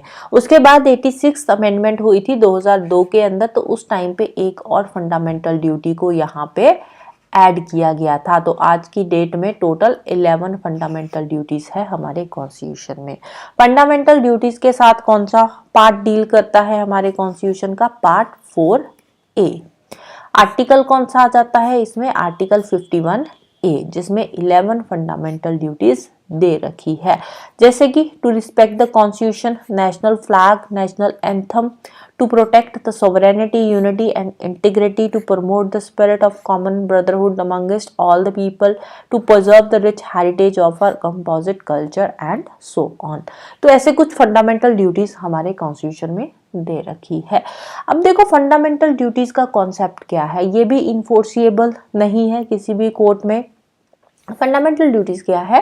ये एक मॉरल ऑब्लिगेशंस दे रखी है सिटीजन्स के लिए कि आप फंडामेंटल राइट्स को एंजॉय कर रहे हो तो वहाँ पे आपकी कुछ ड्यूटीज भी बनती है। तो ये ड्यूटी है, राइट, आपकी एक ड्यूटी है कि आपने नेशनल फ्लैग जो है उसकी रिस्पेक्ट करनी है, नेशनल एंथम की रिस्पेक्ट करनी है, इंडिया की यूनिटी इंटीग्रिटी को बनाए रखना है, उसको प्रोटेक्ट करना है, सोवरेनिटी को प्रोटेक्ट करना है। तो ये हमारी कुछ ड्यूटीज है, राइट। फंडामेंटल राइट्स क्या है कि हमें राइट्स दे रखे हैं जो हमें ले सकते हैं, अगर वायलेट हो रहा है तो हम कोर्ट में जा सकते हैं। तो हम अगर फंडामेंटल राइट्स को एंजॉय कर रहे हैं तो वहां पे हमारी कुछ ड्यूटीज भी बन रही है टुवर्ड्स आवर नेशन, राइट। तो फंडामेंटल ड्यूटीज क्या है? ये सिटीजन्स के लिए एक रिमाइंडर है कि अगर आप राइट्स को एंजॉय कर रहे हो तो वहां पे आपकी कुछ अपनी कंट्रीज के लिए कुछ ड्यूटीज भी बनती है, अपनी कंट्री के लिए, अपनी सोसाइटी के लिए, अपने फेलो सिटीजन्स के लिए। डीपीएसपी की तरह जो फंडामेंटल ड्यूटीज हैं ये भी नॉन जस्टिसेबल है। तो जो नेक्स्ट फीचर है that is a secular state. Constitution of India क्या कहता है कि जो इंडिया है वो एक सेकुलर स्टेट है। सेकुलर स्टेट का मतलब क्या है कि इंडिया के अंदर हमने किसी भी पर्टिकुलर रिलीजन को as a official religion declare नहीं किया हुआ है। यहाँ पे क्या है कि जो सारे रिलीजन है हमारे लिए इक्वल है, चाहे कोई मेजोरिटी में है चाहे कोई माइनॉरिटी में है। तो यहाँ पे हमने किसी भी रिलीजन को, कॉन्स्टिट्यूशन में किसी भी रिलीजन को ऑफिशियल रिलीजन डिक्लेयर नहीं किया हुआ। तो रिलीजन से रिलेटेड इंडिया को एक सेकुलर स्टेट बनाने से रिलेटेड भी कुछ हमारे प्रोविजंस जो है, कुछ आर्टिकल्स जो है हमारे कॉन्स्टिट्यूशन में मेंशन है। कौन कौन से आर्टिकल्स है या कौन कौन से प्रोविजंस हमारे कॉन्स्टिट्यूशन में है तो वो हम एक एक करके देखते हैं। सबसे पहले टर्म सेकुलर हमने ऐड करी है हमारे प्रियम्बल में ही। प्रियम्बल क्या है? हमारे कॉन्स्टिट्यूशन की एक तरह से इंट्रोडक्शन है। तो प्रियम्बल के अंदर ही हमने एक टर्म ऐड करी है that is secular state, right. तो ये जो सेकुलर टर्म है ये हमने ऐड करी थी 1976 में, जब कौन सी अमेंडमेंट हुई थी? 42nd अमेंडमेंट 1976 के थ्रू हमने हमारे प्रियम्बल में सेकुलर वर्ड जो था वो ऐड किया था। प्रियम्बल क्या बोलता है? प्रियम्बल में जितने भी सिटीजन्स हैं इंडिया के, सबको लिबर्टी दे रखी है बिलीफ, फेथ एंड वर्शिप की। आप अपने रिलीजन पे बिलीव कर सकते हो, फेथ कर सकते हो, उसकी वर्शिप कर सकते हो, उसकी पूजा कर सकते हो। ये मेंशन है हमारे प्रियम्बल में। नेक्स्ट आर्टिकल्स देख लेते हैं, कौन कौन से आर्टिकल्स जो है जिससे हमें पता चलता है कि जो इंडिया है वो एक सेकुलर स्टेट है।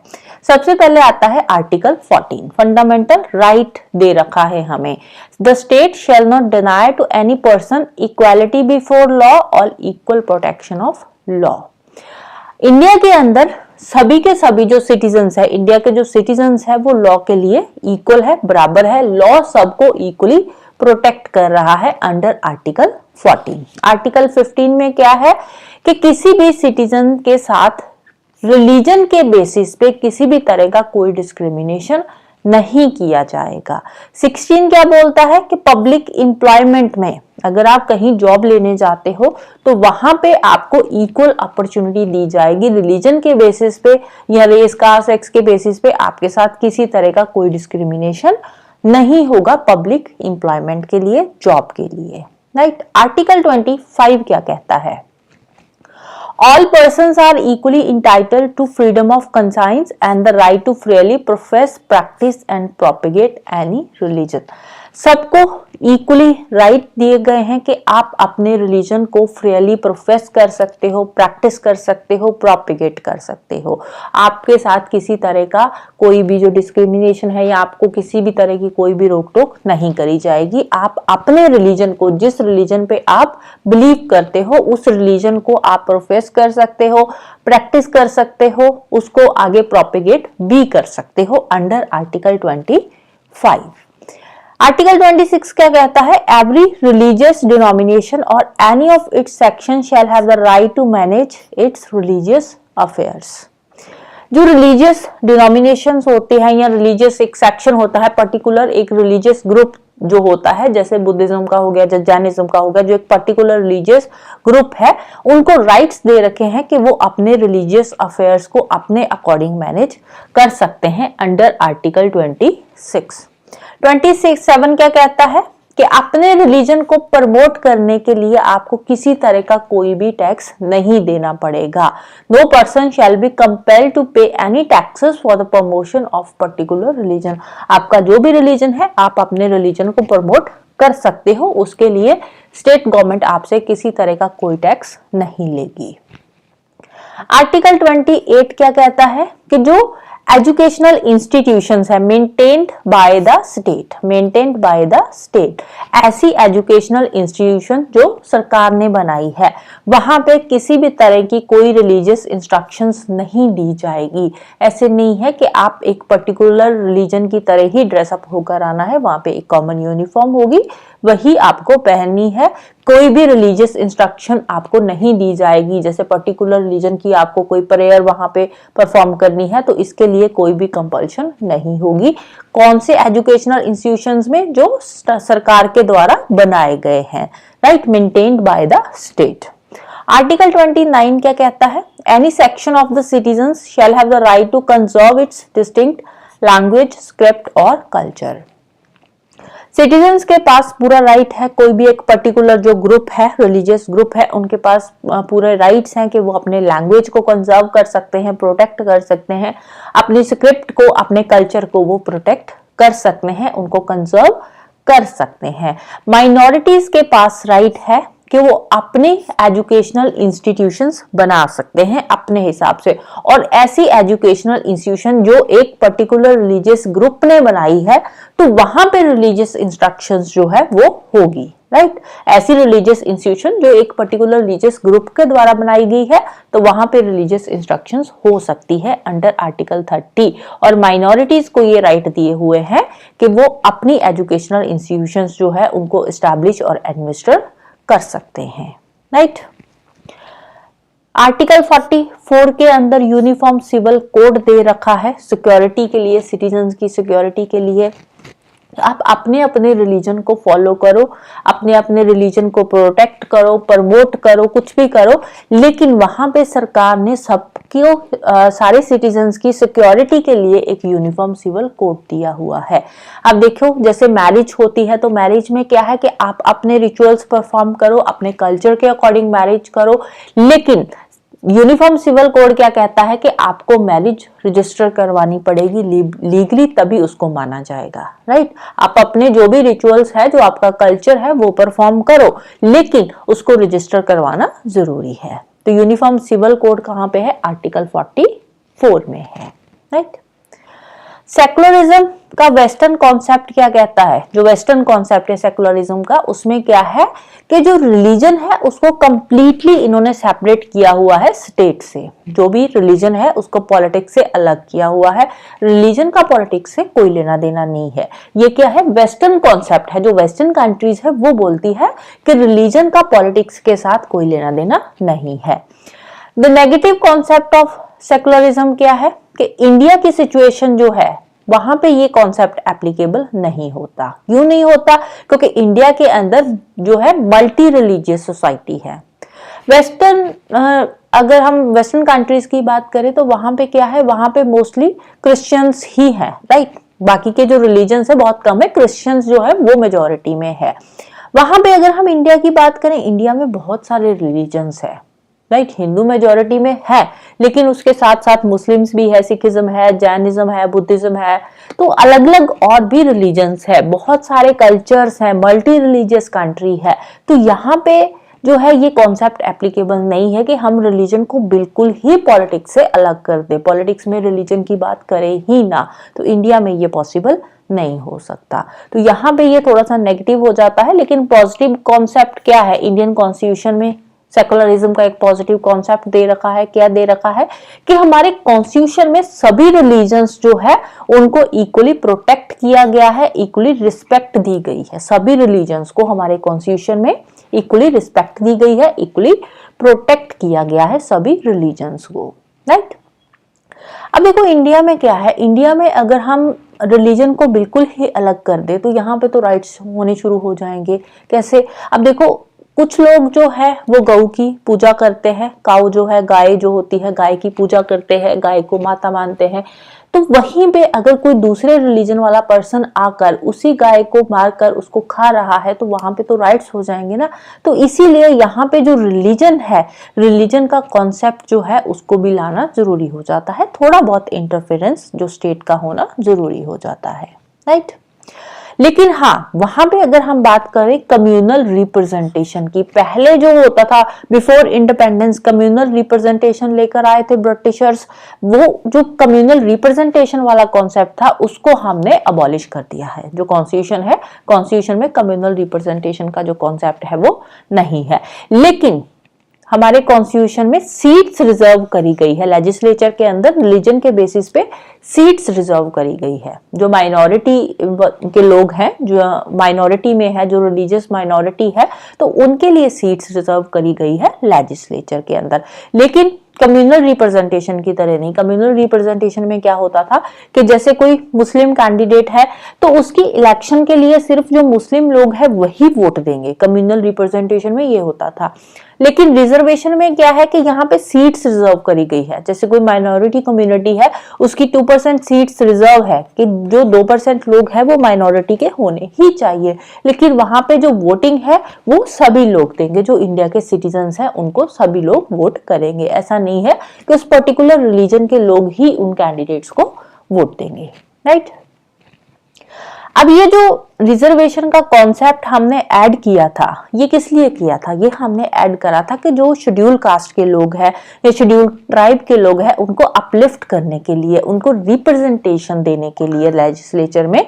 तो उसके लिए हम ये कॉन्सेप्ट जो था वो लेकर आए थे। ये जो रिजर्वेशन का कॉन्सेप्ट है ये टेम्परेरी कॉन्सेप्ट है, राइट। किस लिए है? शेड्यूल कास्ट और शेड्यूल ट्राइब्स को अपलिफ्ट करने के लिए है। नेक्स्ट है हमारा universal adult franchise. Universal adult franchise क्या है?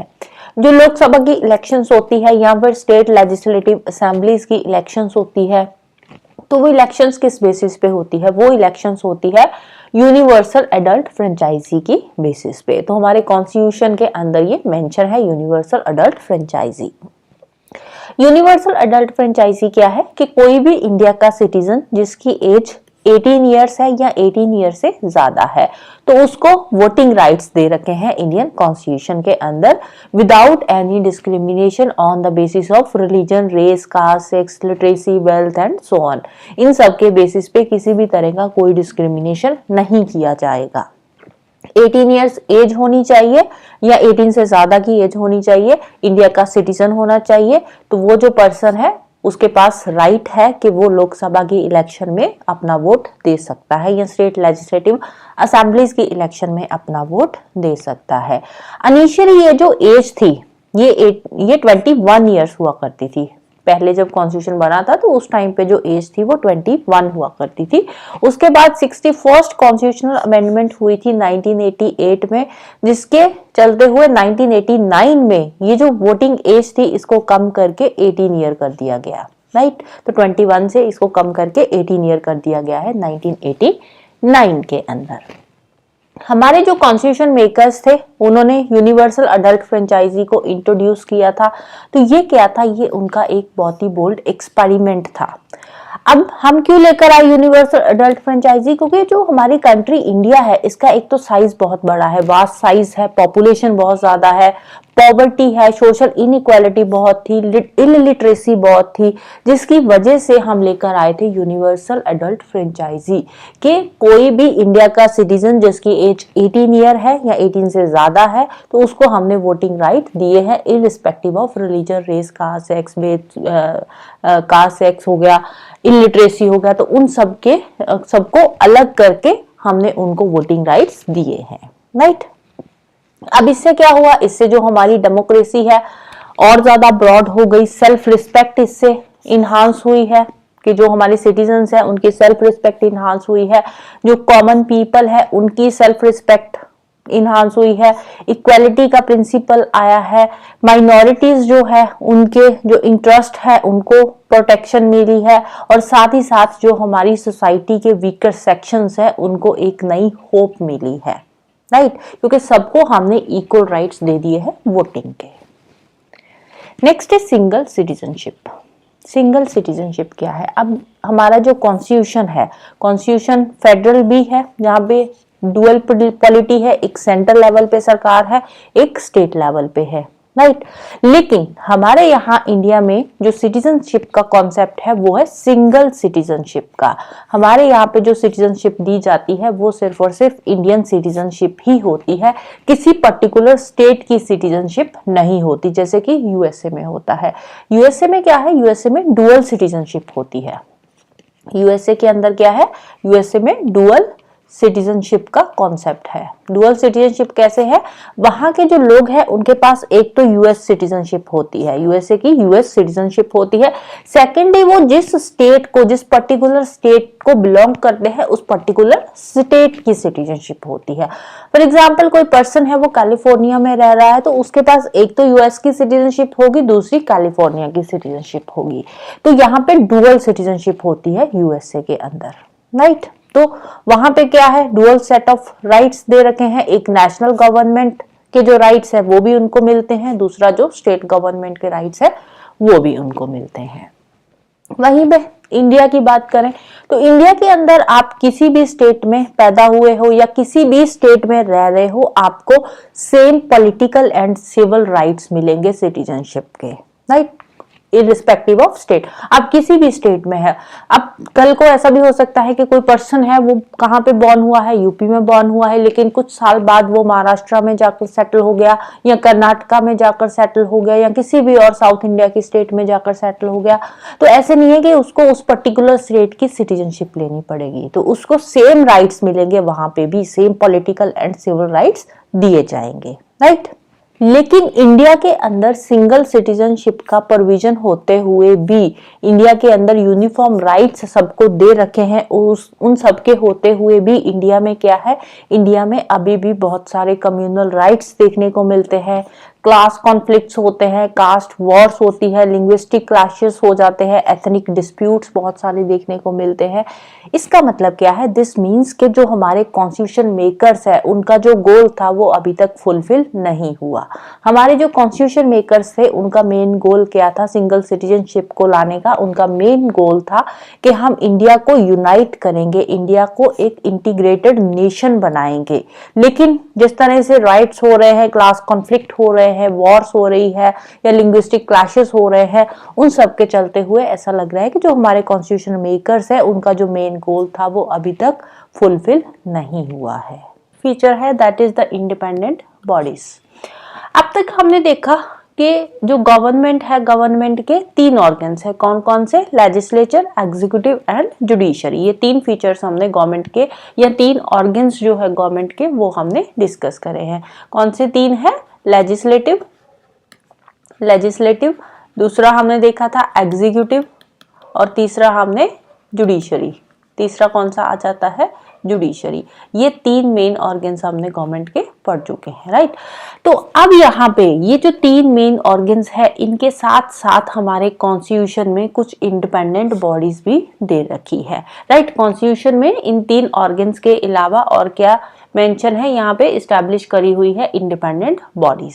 अब ये जो इंडिपेंडेंट बॉडीज बनाई है, कॉन्स्टिट्यूशन में जो प्रोविजन इंडिपेंडेंट बॉडीज का दिया है, क्यों दिया है, हमारा जो डेमोक्रेटिक सिस्टम है ना, इंडिया में डेमोक्रेटिक सिस्टम है, तो हमारी गवर्नमेंट का जो डेमोक्रेटिक सिस्टम है, इसको प्रोटेक्ट करने के लिए, इसको बलवर्क करने के लिए, प्रोटेक्ट करने के लिए इंडिपेंडेंट बॉडीज जो है वो हमारे कॉन्स्टिट्यूशन में डाली गई है, राइट। इंडिपेंडेंट बॉडीज कौन कौन सी है, जैसे कि इलेक्शन कमीशन हो गया। इलेक्शन कमीशन क्या है, इंडिपेंडेंट बॉडी है।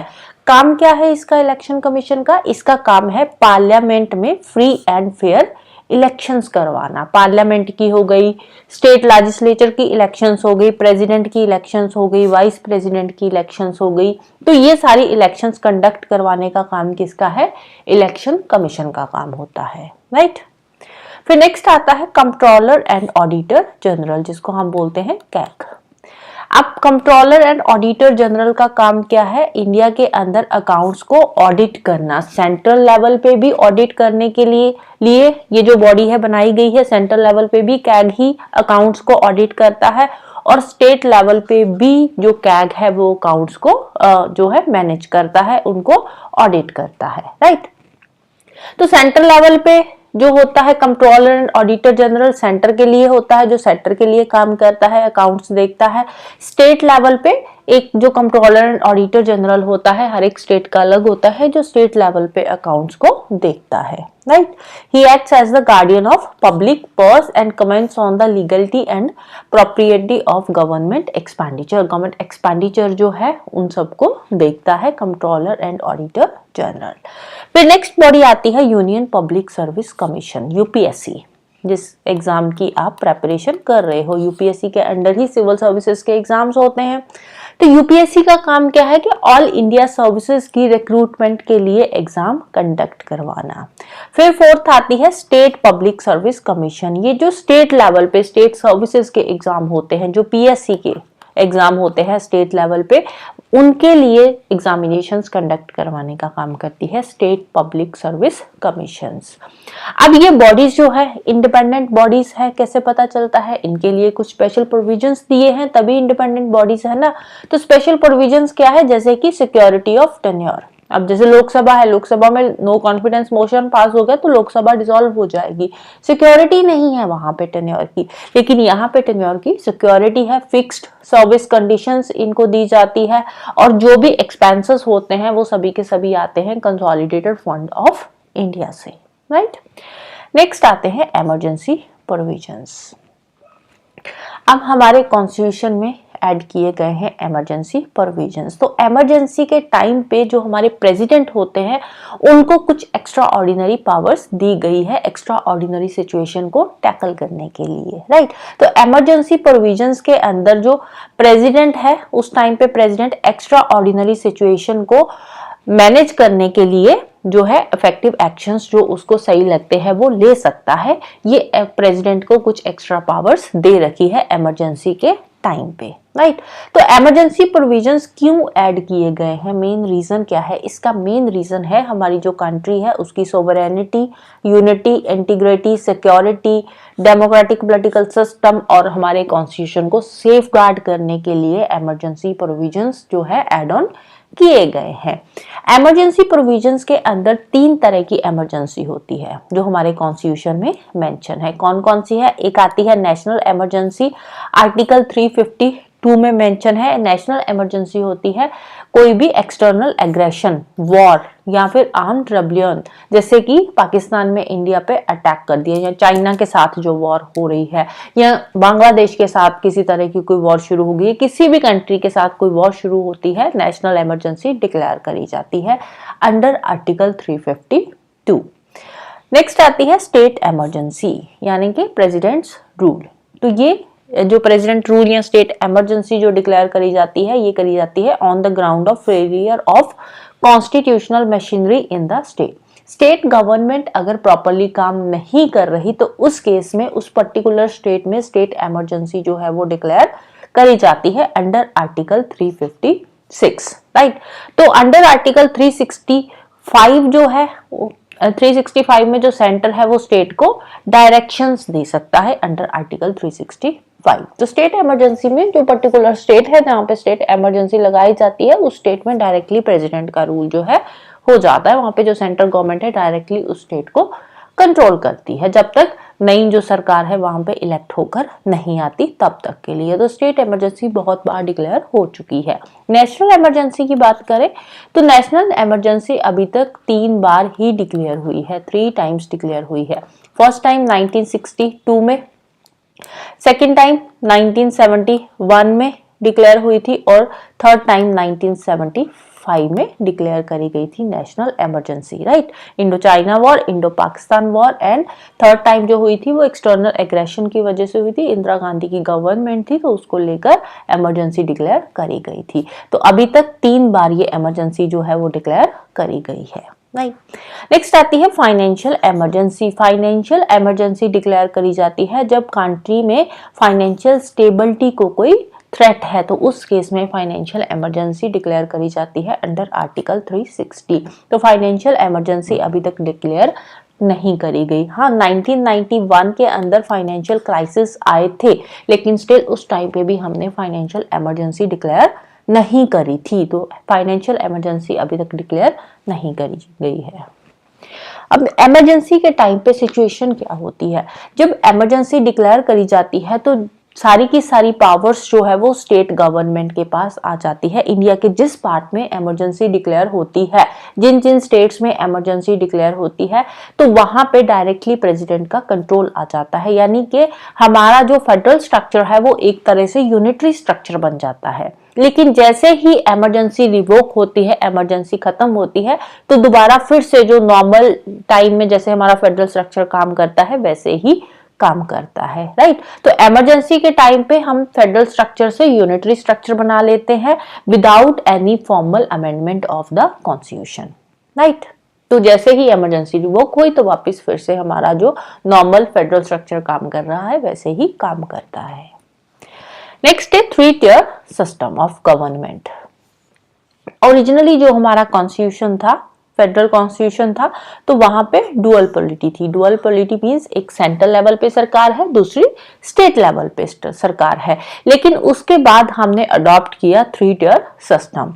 कब अडॉप्ट करा था? 1993 में हमारे कॉन्स्टिट्यूशन में 1992 के अंदर हमारे कॉन्स्टिट्यूशन में अमेंडमेंट्स हुई थी।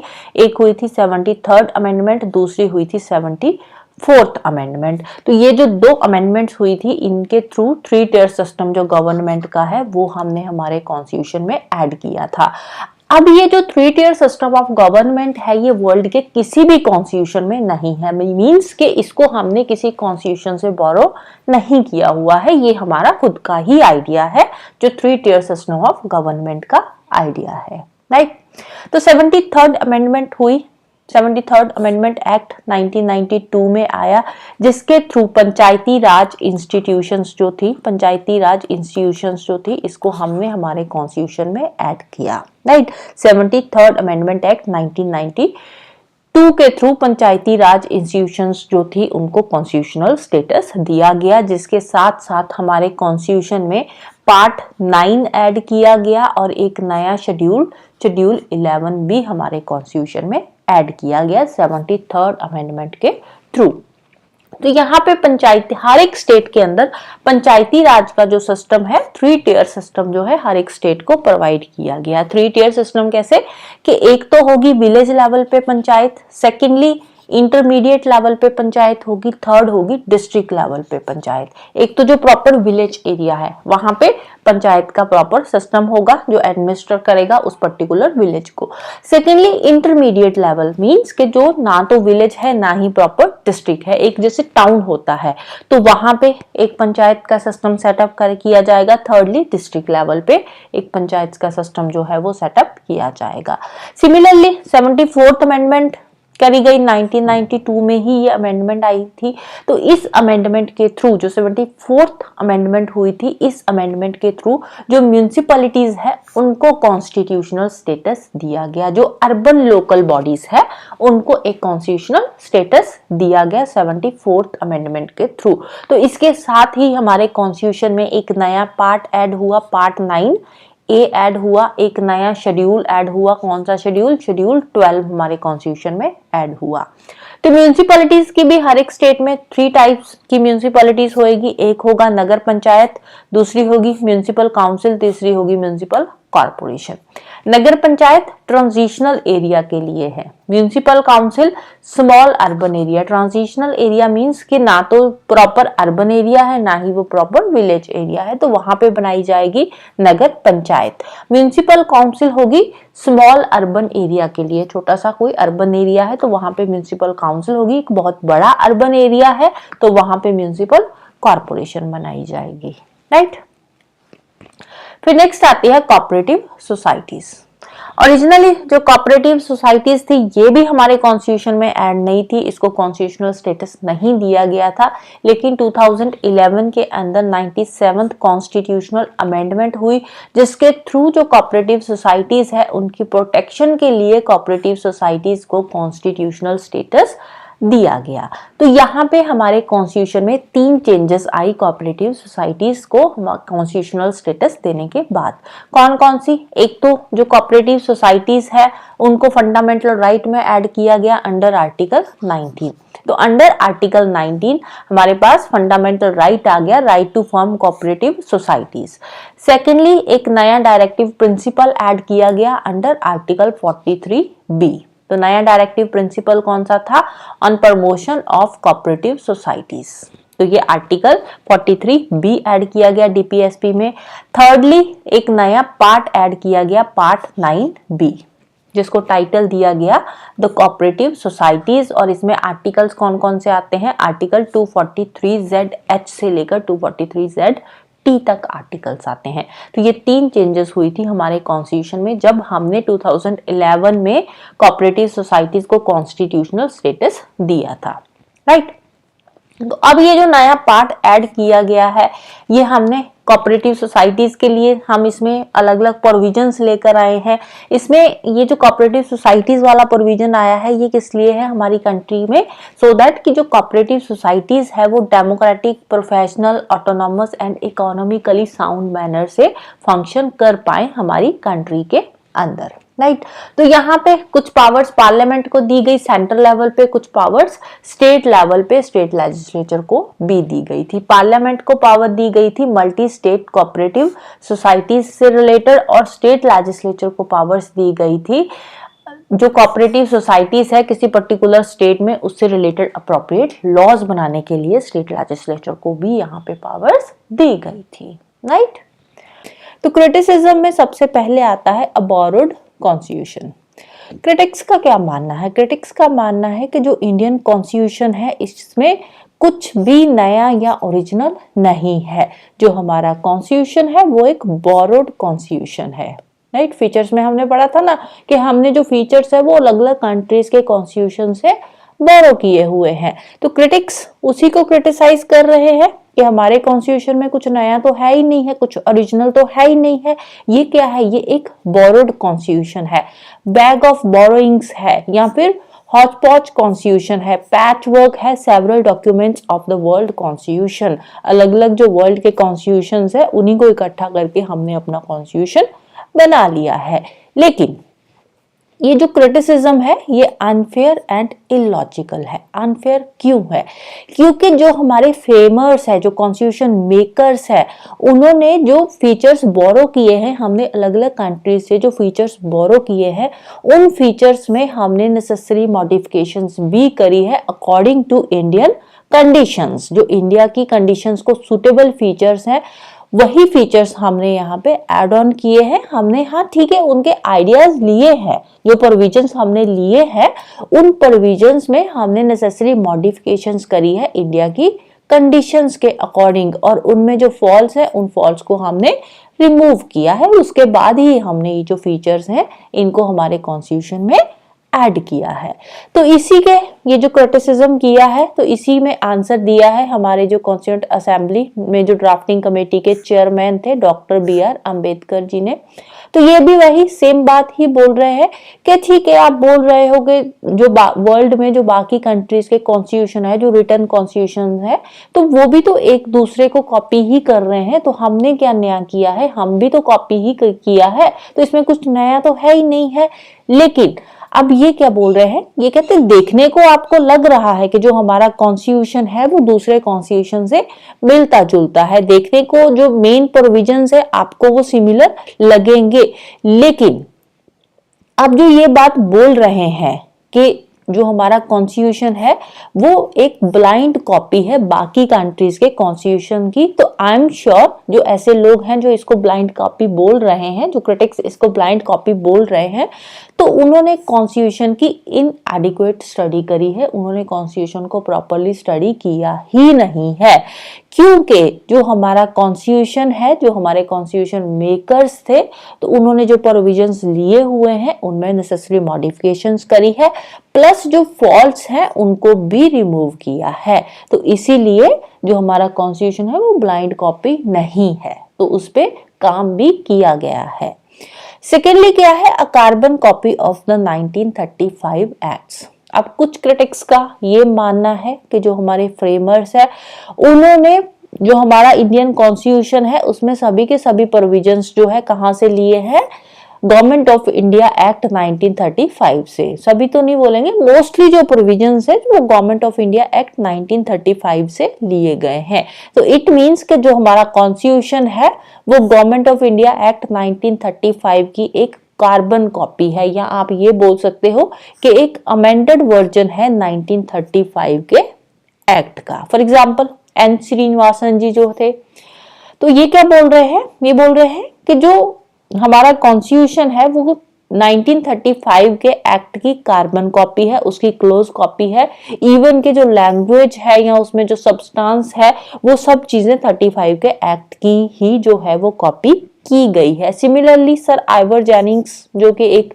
ब्रिटिश कॉन्स्टिट्यूशनलिस्ट है, इनका क्या मानना है, ये भी सेम बात बोल रहे हैं कि जो हमारा कॉन्स्टिट्यूशन है, जो इंडियन कॉन्स्टिट्यूशन है, तो वो क्या है, वो directly government of India act 1935 से लिया गया है, और इवन के जो प्रोविजंस है 35 के एक्ट के उनको ऑलमोस्ट टेक्सुअली ही एज इट इज उनके प्रोविजंस यहाँ पे लिए गए हैं, सेम टेक्स्ट में प्रोविजंस यहाँ पे हमारे कॉन्स्टिट्यूशन, इंडियन कॉन्स्टिट्यूशन में कॉपी किए गए हैं। PR देशमुख ये मेंबर ही थे कॉन्स्टिट्यूएंट असेंबली के, ये भी क्या बोल रहे हैं, ये भी सेम बात बोल रहे हैं कि जो हमारा कॉन्स्टिट्यूशन है इसमें मोस्टली जो प्रोविजंस है वो गवर्नमेंट ऑफ इंडिया एक्ट 1935 में के ही लिए हुए हैं, बस सिर्फ इसमें सिर्फ और सिर्फ एक ही चीज एडिशनली जो डाली गई है वो है एडल्ट फ्रेंचाइजी, इसके अलावा कुछ भी नया नहीं है 35 के एक्ट से, जो है ये मिलता जुलता है। अब इसी के आंसर में BR अम्बेडकर जी क्या बोल रहे हैं, BR अम्बेडकर जी बोल रहे हैं कि ठीक है, आपको लग रहा है कि 35 के एक्ट की कॉपी है, लेकिन अब यहाँ पे क्या है, हमने जो हमारा कॉन्स्टिट्यूशन है इसमें जो provisions government of India act 1935 के लिए हैं, तो हमने कौन से प्रोविजंस लिए हैं, हमने जो गवर्नमेंट ऑफ इंडिया एक्ट 1935 है उसमें से जो अच्छे अच्छे प्रोविजंस है, जो गुड पार्ट है, उसको हमने रिप्रोड्यूस किया है एज इट इज, हमने ब्लाइंडली कॉपी पेस्ट नहीं किया है। हमने जो गवर्नमेंट ऑफ इंडिया एक्ट 1935 के जो गुड पार्ट है, उसका जो अच्छे वाले प्रोविजंस है, उनको हमने दोबारा से रिप्रोड्यूस किया है। तो ऐसा नहीं है कि हमने उसको एज इट इज ही वहां से जो कॉपी पेस्ट किया है, हमने as it is copy paste नहीं किया है। बाकी अगर हम बात करें किसी भी कंट्री के कॉन्स्टिट्यूशन के फंडामेंटल आइडियाज की, तो जो फंडामेंटल आइडियाज होते हैं उस पर किसी का कोई पेटेंट राइट्स तो होता नहीं है, फंडामेंटल आइडियाज को तो सेम ही रहेंगे ना कॉन्स्टिट्यूशन के, तो हमने वहां से फंडामेंटल आइडियाज लिए हैं, वहां के जो अच्छे लगे हमें प्रोविजंस, उन प्रोविजंस को हमने यहाँ पे रिप्रोड्यूस किया है। हाँ, कुछ चीजें हैं जैसे एडमिनिस्ट्रेशन से रिलेटेड कुछ चीजें ऐसी है जो हमने वहां से एज इट इज ली है, लेकिन मोस्टली जो हमने गवर्नमेंट ऑफ इंडिया एक्ट 35 से लिया है, हमने जितने भी प्रोविजंस लिए हैं वो रिप्रोड्यूस करे हैं, राइट। नेक्स्ट है अन इंडियन और एंटी इंडियन। क्रिटिक्स का क्या मानना है कि जो इंडियन कॉन्स्टिट्यूशन है वो अन इंडियन है, एंटी इंडियन है। क्यों? क्योंकि जो इंडियन कॉन्स्टिट्यूशन है उसमें पॉलिटिकल ट्रेडिशंस या इंडिया की स्पिरिट तो कहीं से रिफ्लेक्ट हो ही नहीं रही है। इंडिया का जो कॉन्स्टिट्यूशन है वो पूरा का पूरा फॉरेन नेचर का ही है। तो हमने जो कॉन्स्टिट्यूशन तैयार किया है, इंडियंस ने जो इंडियन कॉन्स्टिट्यूशन तैयार किया है वो इंडियन सिचुएशन के अकॉर्डिंग सूटेबल नहीं है, वो इंडिया पे प्रॉपरली काम नहीं करेगा। तो इसी कॉन्टेक्स्ट में असेंबली के एक मेंबर ही थे के हनुमंथैया जी, इनका क्या कमेंट है, ये क्या बोल रहे हैं? ये बोल रहे हैं कि हमें म्यूजिक चाहिए था वीणा या सितार का, लेकिन कौन सा म्यूजिक दिया गया? इंग्लिश बैंड का म्यूजिक दिया गया। ऐसा क्यों किया गया? क्योंकि जो हमारे कॉन्स्टिट्यूशन मेकर्स थे उनको उस तरह से एजुकेट किया गया था, ब्रिटिशर्स ने उस तरह से उनको एजुकेट किया था, इसीलिए इन्होंने जो कॉन्स्टिट्यूशन बनाया है वो फॉरेन नेचर का कॉन्स्टिट्यूशन बना दिया है जो हमारे कॉन्स्टिट्यूशन मेकर्स है। सिमिलरली एक और मेंबर थे असेंबली के ही, लोकनाथ मिश्रा। तो इनका क्या कमेंट है, इन्होंने कैसे क्रिटिसाइज किया? इनका मानना है कि जो हमने कॉन्स्टिट्यूशन बनाकर तैयार किया है वो स्लेविश इमिटेशन है वेस्ट की, एज इट इज हमने जो वेस्ट का कॉन्स्टिट्यूशन है उसको हमने कॉपी पेस्ट कर लिया है, कुछ भी इसमें नया नहीं है। फर्दर लक्ष्मी नारायण साहू जी, ये भी मेंबर ही थे असेंबली के। इनका क्या मानना है कि जो ड्राफ्ट कॉन्स्टिट्यूशन है उसका जो फंडामेंटल स्पिरिट है इंडिया की, उसके साथ कोई भी लेना देना नहीं है, इन दोनों के बीच में कोई भी रिलेशनशिप नहीं है। ड्राफ्ट कॉन्स्टिट्यूशन जो है वो उसके जो आइडियाज है वो अलग ही है, जबकि इंडिया की जो फंडामेंटल स्पिरिट है वो बिल्कुल ही डिफरेंट है, राइट। तो हमारा जो कॉन्स्टिट्यूशन है वो इंडिया के लिए सूटेबल है ही नहीं है। जो इंडियन कॉन्स्टिट्यूशन बनाया गया है वो इंडिया के लिए सूटेबल नहीं है। जैसे ही वो ऑपरेशन में आएगा वो प्रॉपरली इंडिया में काम नहीं कर पाएगा। नेक्स्ट है अन गांधीयन कॉन्स्टिट्यूशन। क्रिटिक्स का क्या मानना है कि जो हमारा कॉन्स्टिट्यूशन है वो अन गांधीयन है। अन गांधीयन क्यों है? क्योंकि हमारे कॉन्स्टिट्यूशन में महात्मा गांधी जी की जो फिलॉसफी है या महात्मा गांधी जी के जो आइडियल्स है उनको तो फॉलो किया ही नहीं गया।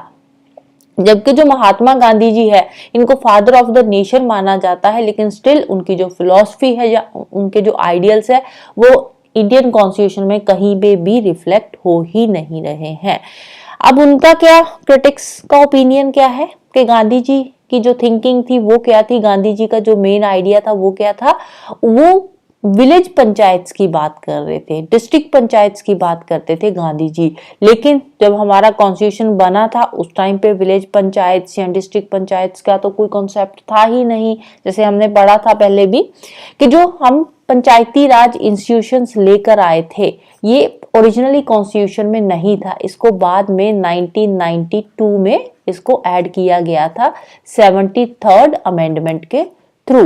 तो ओरिजिनली तो पंचायती राज का कॉन्सेप्ट इसमें था ही नहीं। अब क्रिटिक्स तो उस टाइम पे क्रिटिसाइज कर रहे हैं ना, जब हमारा कॉन्स्टिट्यूशन बना था तो उस टाइम पे क्रिटिक्स बोल रहे हैं कि विलेज पंचायत की तो बात ही नहीं हो रही इसमें कॉन्स्टिट्यूशन में, तो गांधी जी के आइडियाज को तो आप फॉलो कर ही नहीं रहे हो। तो इसीलिए हमारा जो कॉन्स्टिट्यूशन है वो एक अन गांधीयन कॉन्स्टिट्यूशन है अकॉर्डिंग टू क्रिटिक्स, राइट।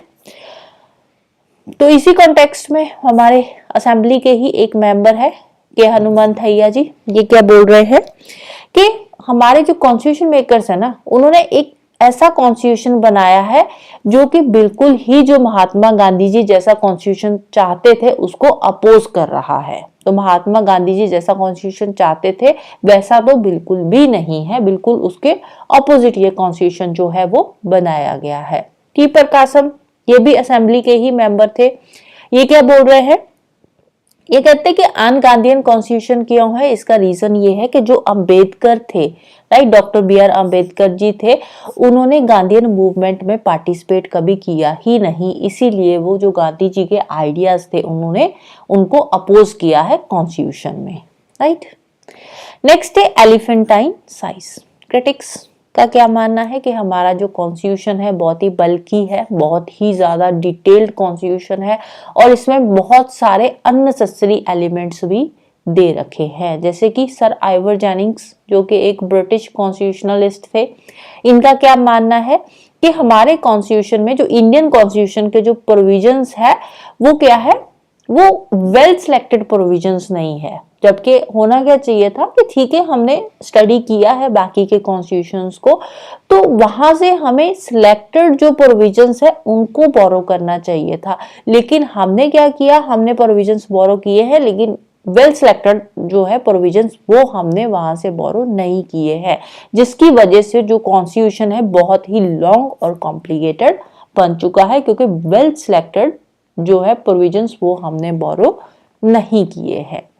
एच.वी. कमात ये असेंबली के ही मेंबर थे। इनका क्या मानना है, इनका मानना है कि जो कॉन्स्टिट्यूंट असेंबली थी तो उनका एम्ब्लेम हमने क्या चूज करा था, उसका एम्ब्लेम चूज करा था हमने एलिफेंट।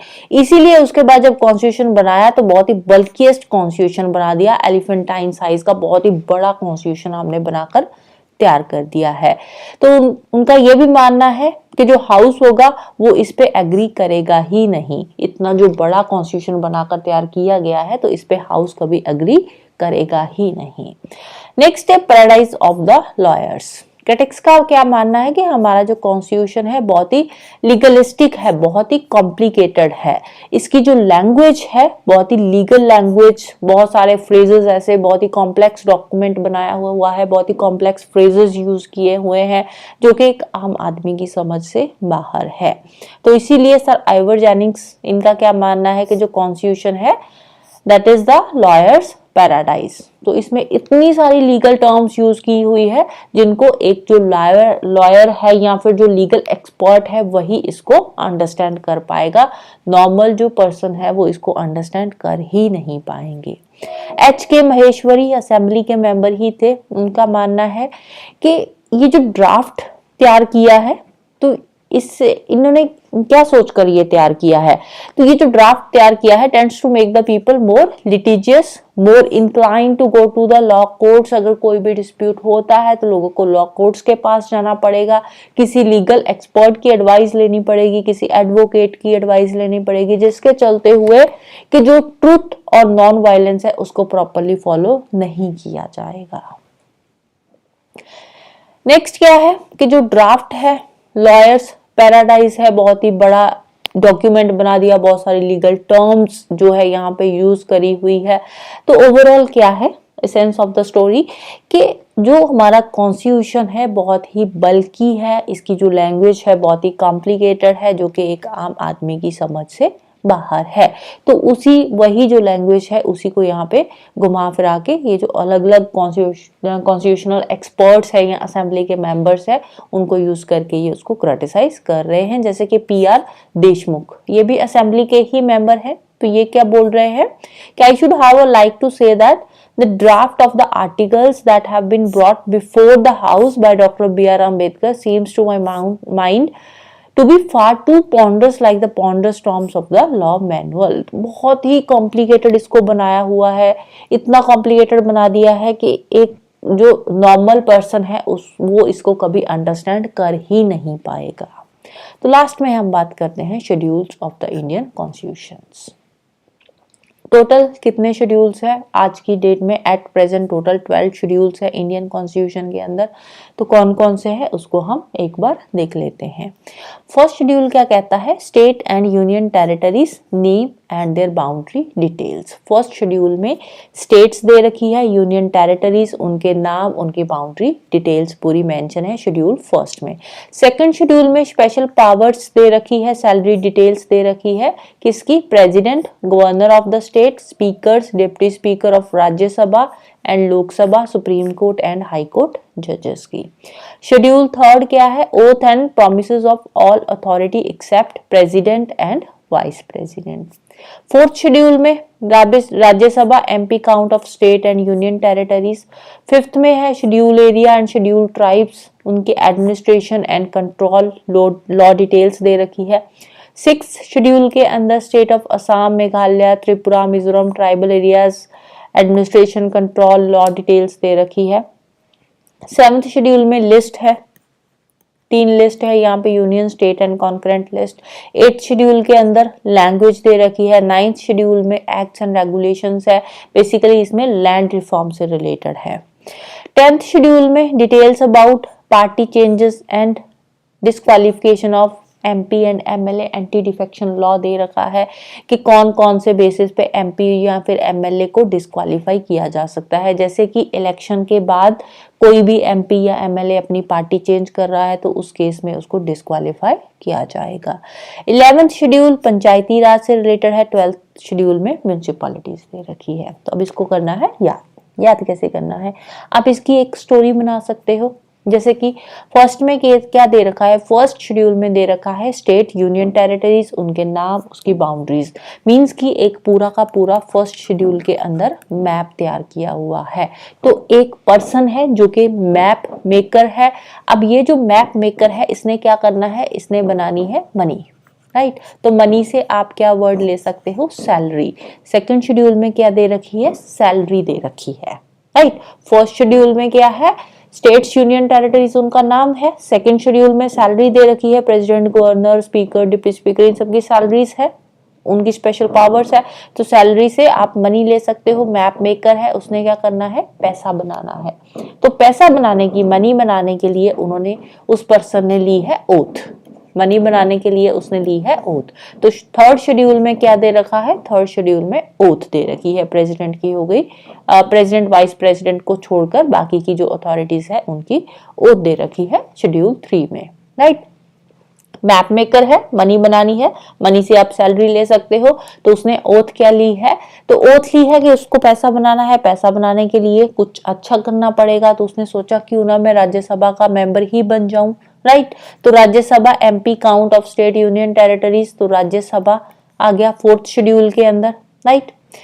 अब राज्यसभा का मेंबर बन गया तो उसने सोचा अब मुझे डेवलपमेंट करनी है। राज्यसभा का मेंबर तो बन गया, डेवलपमेंट कहाँ से शुरू कर रहा है वो बंदा, डेवलपमेंट शुरू कर रहा है शेड्यूल ट्राइब से, शेड्यूल एरिया से, शेड्यूल ट्राइब से डेवलपमेंट उसने शुरू करी है, राइट। फिर उसने सोचा कि शेड्यूल एरिया, शेड्यूल ट्राइब्स तो नॉर्थ ईस्ट में बहुत ज्यादा है, तो उसने नॉर्थ ईस्ट की कुछ स्टेट्स को सिलेक्ट करा, वहां की एडमिनिस्ट्रेशन, कंट्रोल को, वहां पे उसकी डेवलपमेंट पे उसने काम करना शुरू कर दिया।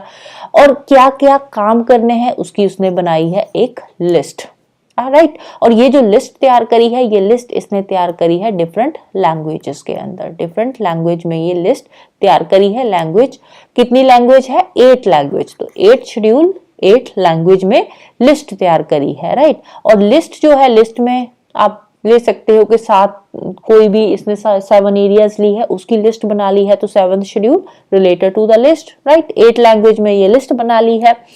अब लिस्ट बना ली है तो अब उसको इंप्लीमेंट करने के लिए कुछ रूल्स, रेगुलेशंस, एक्ट्स बनाने पड़ेंगे, राइट। तो 9th शेड्यूल एक्ट से रिलेटेड है। और एक्ट बना लिए हैं तो साथ ही साथ बाकी के एमपी एमएलए की भी जरूरत हो रही है। तो यहाँ पे एमपी एमएलए की डिस्क्वालिफिकेशन दे रखी है, राइट। उसके बाद फिर 11th और 12th को आप एज इट इज याद रख सकते हो। 11th में पंचायती राज इंस्टीट्यूशंस है, राइट, पंचायत से रिलेटेड प्रोविजंस है। 12th में है म्यूनिसिपैलिटी से related, right. So that's all for today. Hope you like this video. Thank you. Bye bye and have a nice day.